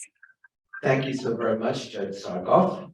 And we initially have a question that is coming online from Hida. And I love the charm with which the question is asked. I forget what it is called, and you'll know what it is. But what has been done for those persons who were brought in as children, have grown up in the USA, have gone to college, served in the armed forces, or have jobs and paying taxes. And well, you know what that's about. Yes. So this, we often hear about this group of people in the common vernacular, it's often called the dreamers. And under the Obama administration, he created a special temporary status for them. That's all he could put in place. It was a special temporary status to give them, I believe it was just 3 years of temporary status in the United States if they could establish that they had no criminal conduct, that they had come in at a certain age, and that they they weren't just a recent arrival. They had to have arrived prior to the age of, I believe, 16. And so when the Trump administration came into power, there was, I think, he tried to roll that back, but there were some lawsuits that were advanced, and that system is still in place. The Biden administration continues to support that, but we do not see comprehensive immigration reform on the horizon yet in Congress. And you would think that the arguments that have been made to support this very vulnerable and compelling group of dreamers would be addressed through potentially some comprehensive immigration reform. Thank you so much. Any other questions from out there in video land, or any questions from in here in our own courtroom, our live courtroom? All right. Then again, thank you very much. I am going to wait. I'm sorry. I just wanted to ask, do you think that now after the elections, it depends on what type of administration we have as to how all this will pan itself out, or is it basically the courts and who is manning the courts, Right. And the Supreme Court? How does all these poor people? I mean, I'll repeat the question because I don't think the judge heard the question. I only got a little bit of it, so yes, please ask yes. it. Yeah. So here we go. The question was, since we just had an election, which is not quite, but almost finished, how is this affected ultimately by the outcome of such elections? Does it matter who's the president, who's the Congress people, who are the senators, et cetera, or is it entirely in the hands of the judiciary as a kind of independent, separate matter, or is it and are they affected by who is in power politically? right. That was the That question. is, it's such an excellent question. And, this last slide that I have right here, the judicial system has made our immigration structure vulnerable to extreme policies of the Attorney General, or not extreme policies. If you like the current policies, they're going to maintain, most likely, continue to remain the way they are right now. But if you didn't like these policies and you supported the policies of the Trump administration, the last administration, you might be displeased, with the most recent election. The Okay. system is extremely vulnerable to those changes. So it is vulnerable. Yeah. Very. There's one more online question. Stephen asks, what are the number of asylum cases yearly, and what are the U.S. international obligations regarding asylum? That's such a good question. Okay, so I don't have the answer as to how many asylum cases there are, but I think let me tell you what I think is the key way to look at this. When a person says that they are fearful of returning to their home country, if they're outside of the United States, the border of the United States, our obligation as a country is decided through the number of refugees that the president decides he'll accept that year. The Biden administration has said, I think they're going to accept over 100,000. The Trump administration during one of the years only wanted to accept less than 20,000. So if you're outside of the United States, you're subject to whatever that obligation is that you state on a yearly basis. But once you step foot into the United States, then there's no limit to the number of people that can apply for asylum. And so for me, I have 2,500 to 3,000 cases on my docket at one time. And just spitballing a number, because I don't look at it that way. I always look at every case as an individual. I never think about them as the volume of the cases. But I'd say 3/4 to 4/5 of the people that appear before me are applying for asylum. So it's the vast majority of the cases that are appearing before judges around the country are asking for asylum. And there's no limit to the number of people that we can grant or deny, but grant is the question. Thank you so very much. And thank you for joining us. You're welcome to stick around. I'm going to wrap things up, or you're welcome to sign off. I'll leave that to you. You be the judge of that, Judge Tucker. Thank you so much for your time and for your attention and for your, interest in this topic. So we have covered quite a bit of ground today. We began talking about Abraham and Sarah and their reception and welcoming of strangers, and we ended up talking about some rather specific issues that pertain to the current situation in the United States, where asylum seekers, refugees, and to use the same term that we began with in the morning, strangers, are seeking to be welcomed in. I want to share two thoughts with you. Thought one, we haven't covered distance in the following manner. The word religion is a word that comes from Latin. The root L vowel G means a binding, and RE means back or again. So religio, religion, is that which binds us again or binds us back, and the question is to what?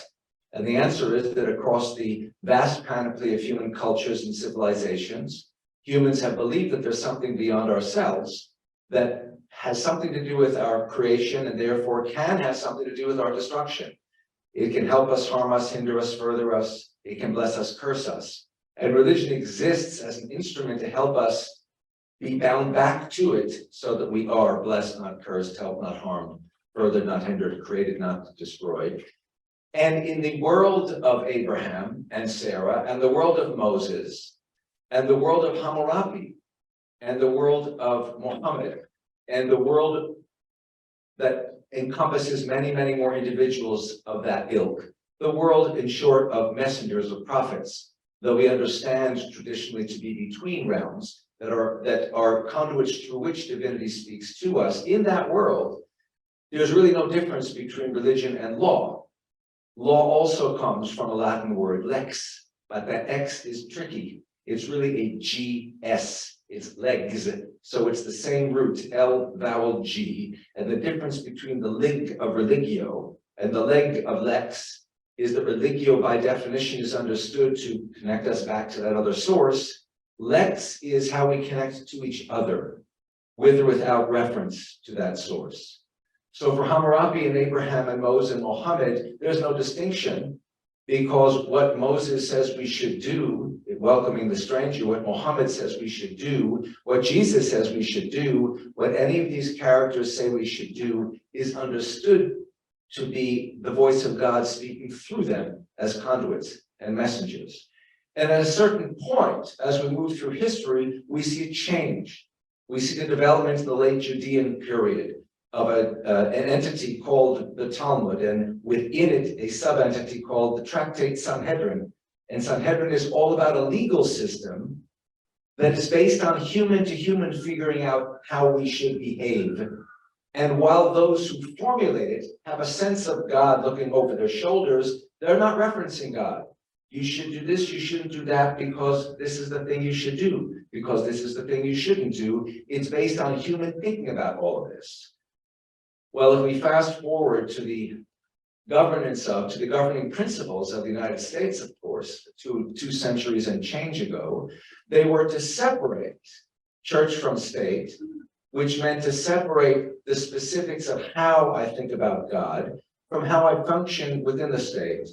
And yet we see again and again and again that there are individuals whose understanding of how we should behave is informed by their sense of how God thinks we should behave. Well and fine. The problem, and this is the second issue I want to remind you of, is that what we got from God, in whatever form we got it, in whatever words we got it, through whatever tradition we got it, is understood by us to be from a source beyond ourselves, that we cannot understand the way we think we understand each other, because it's a different language.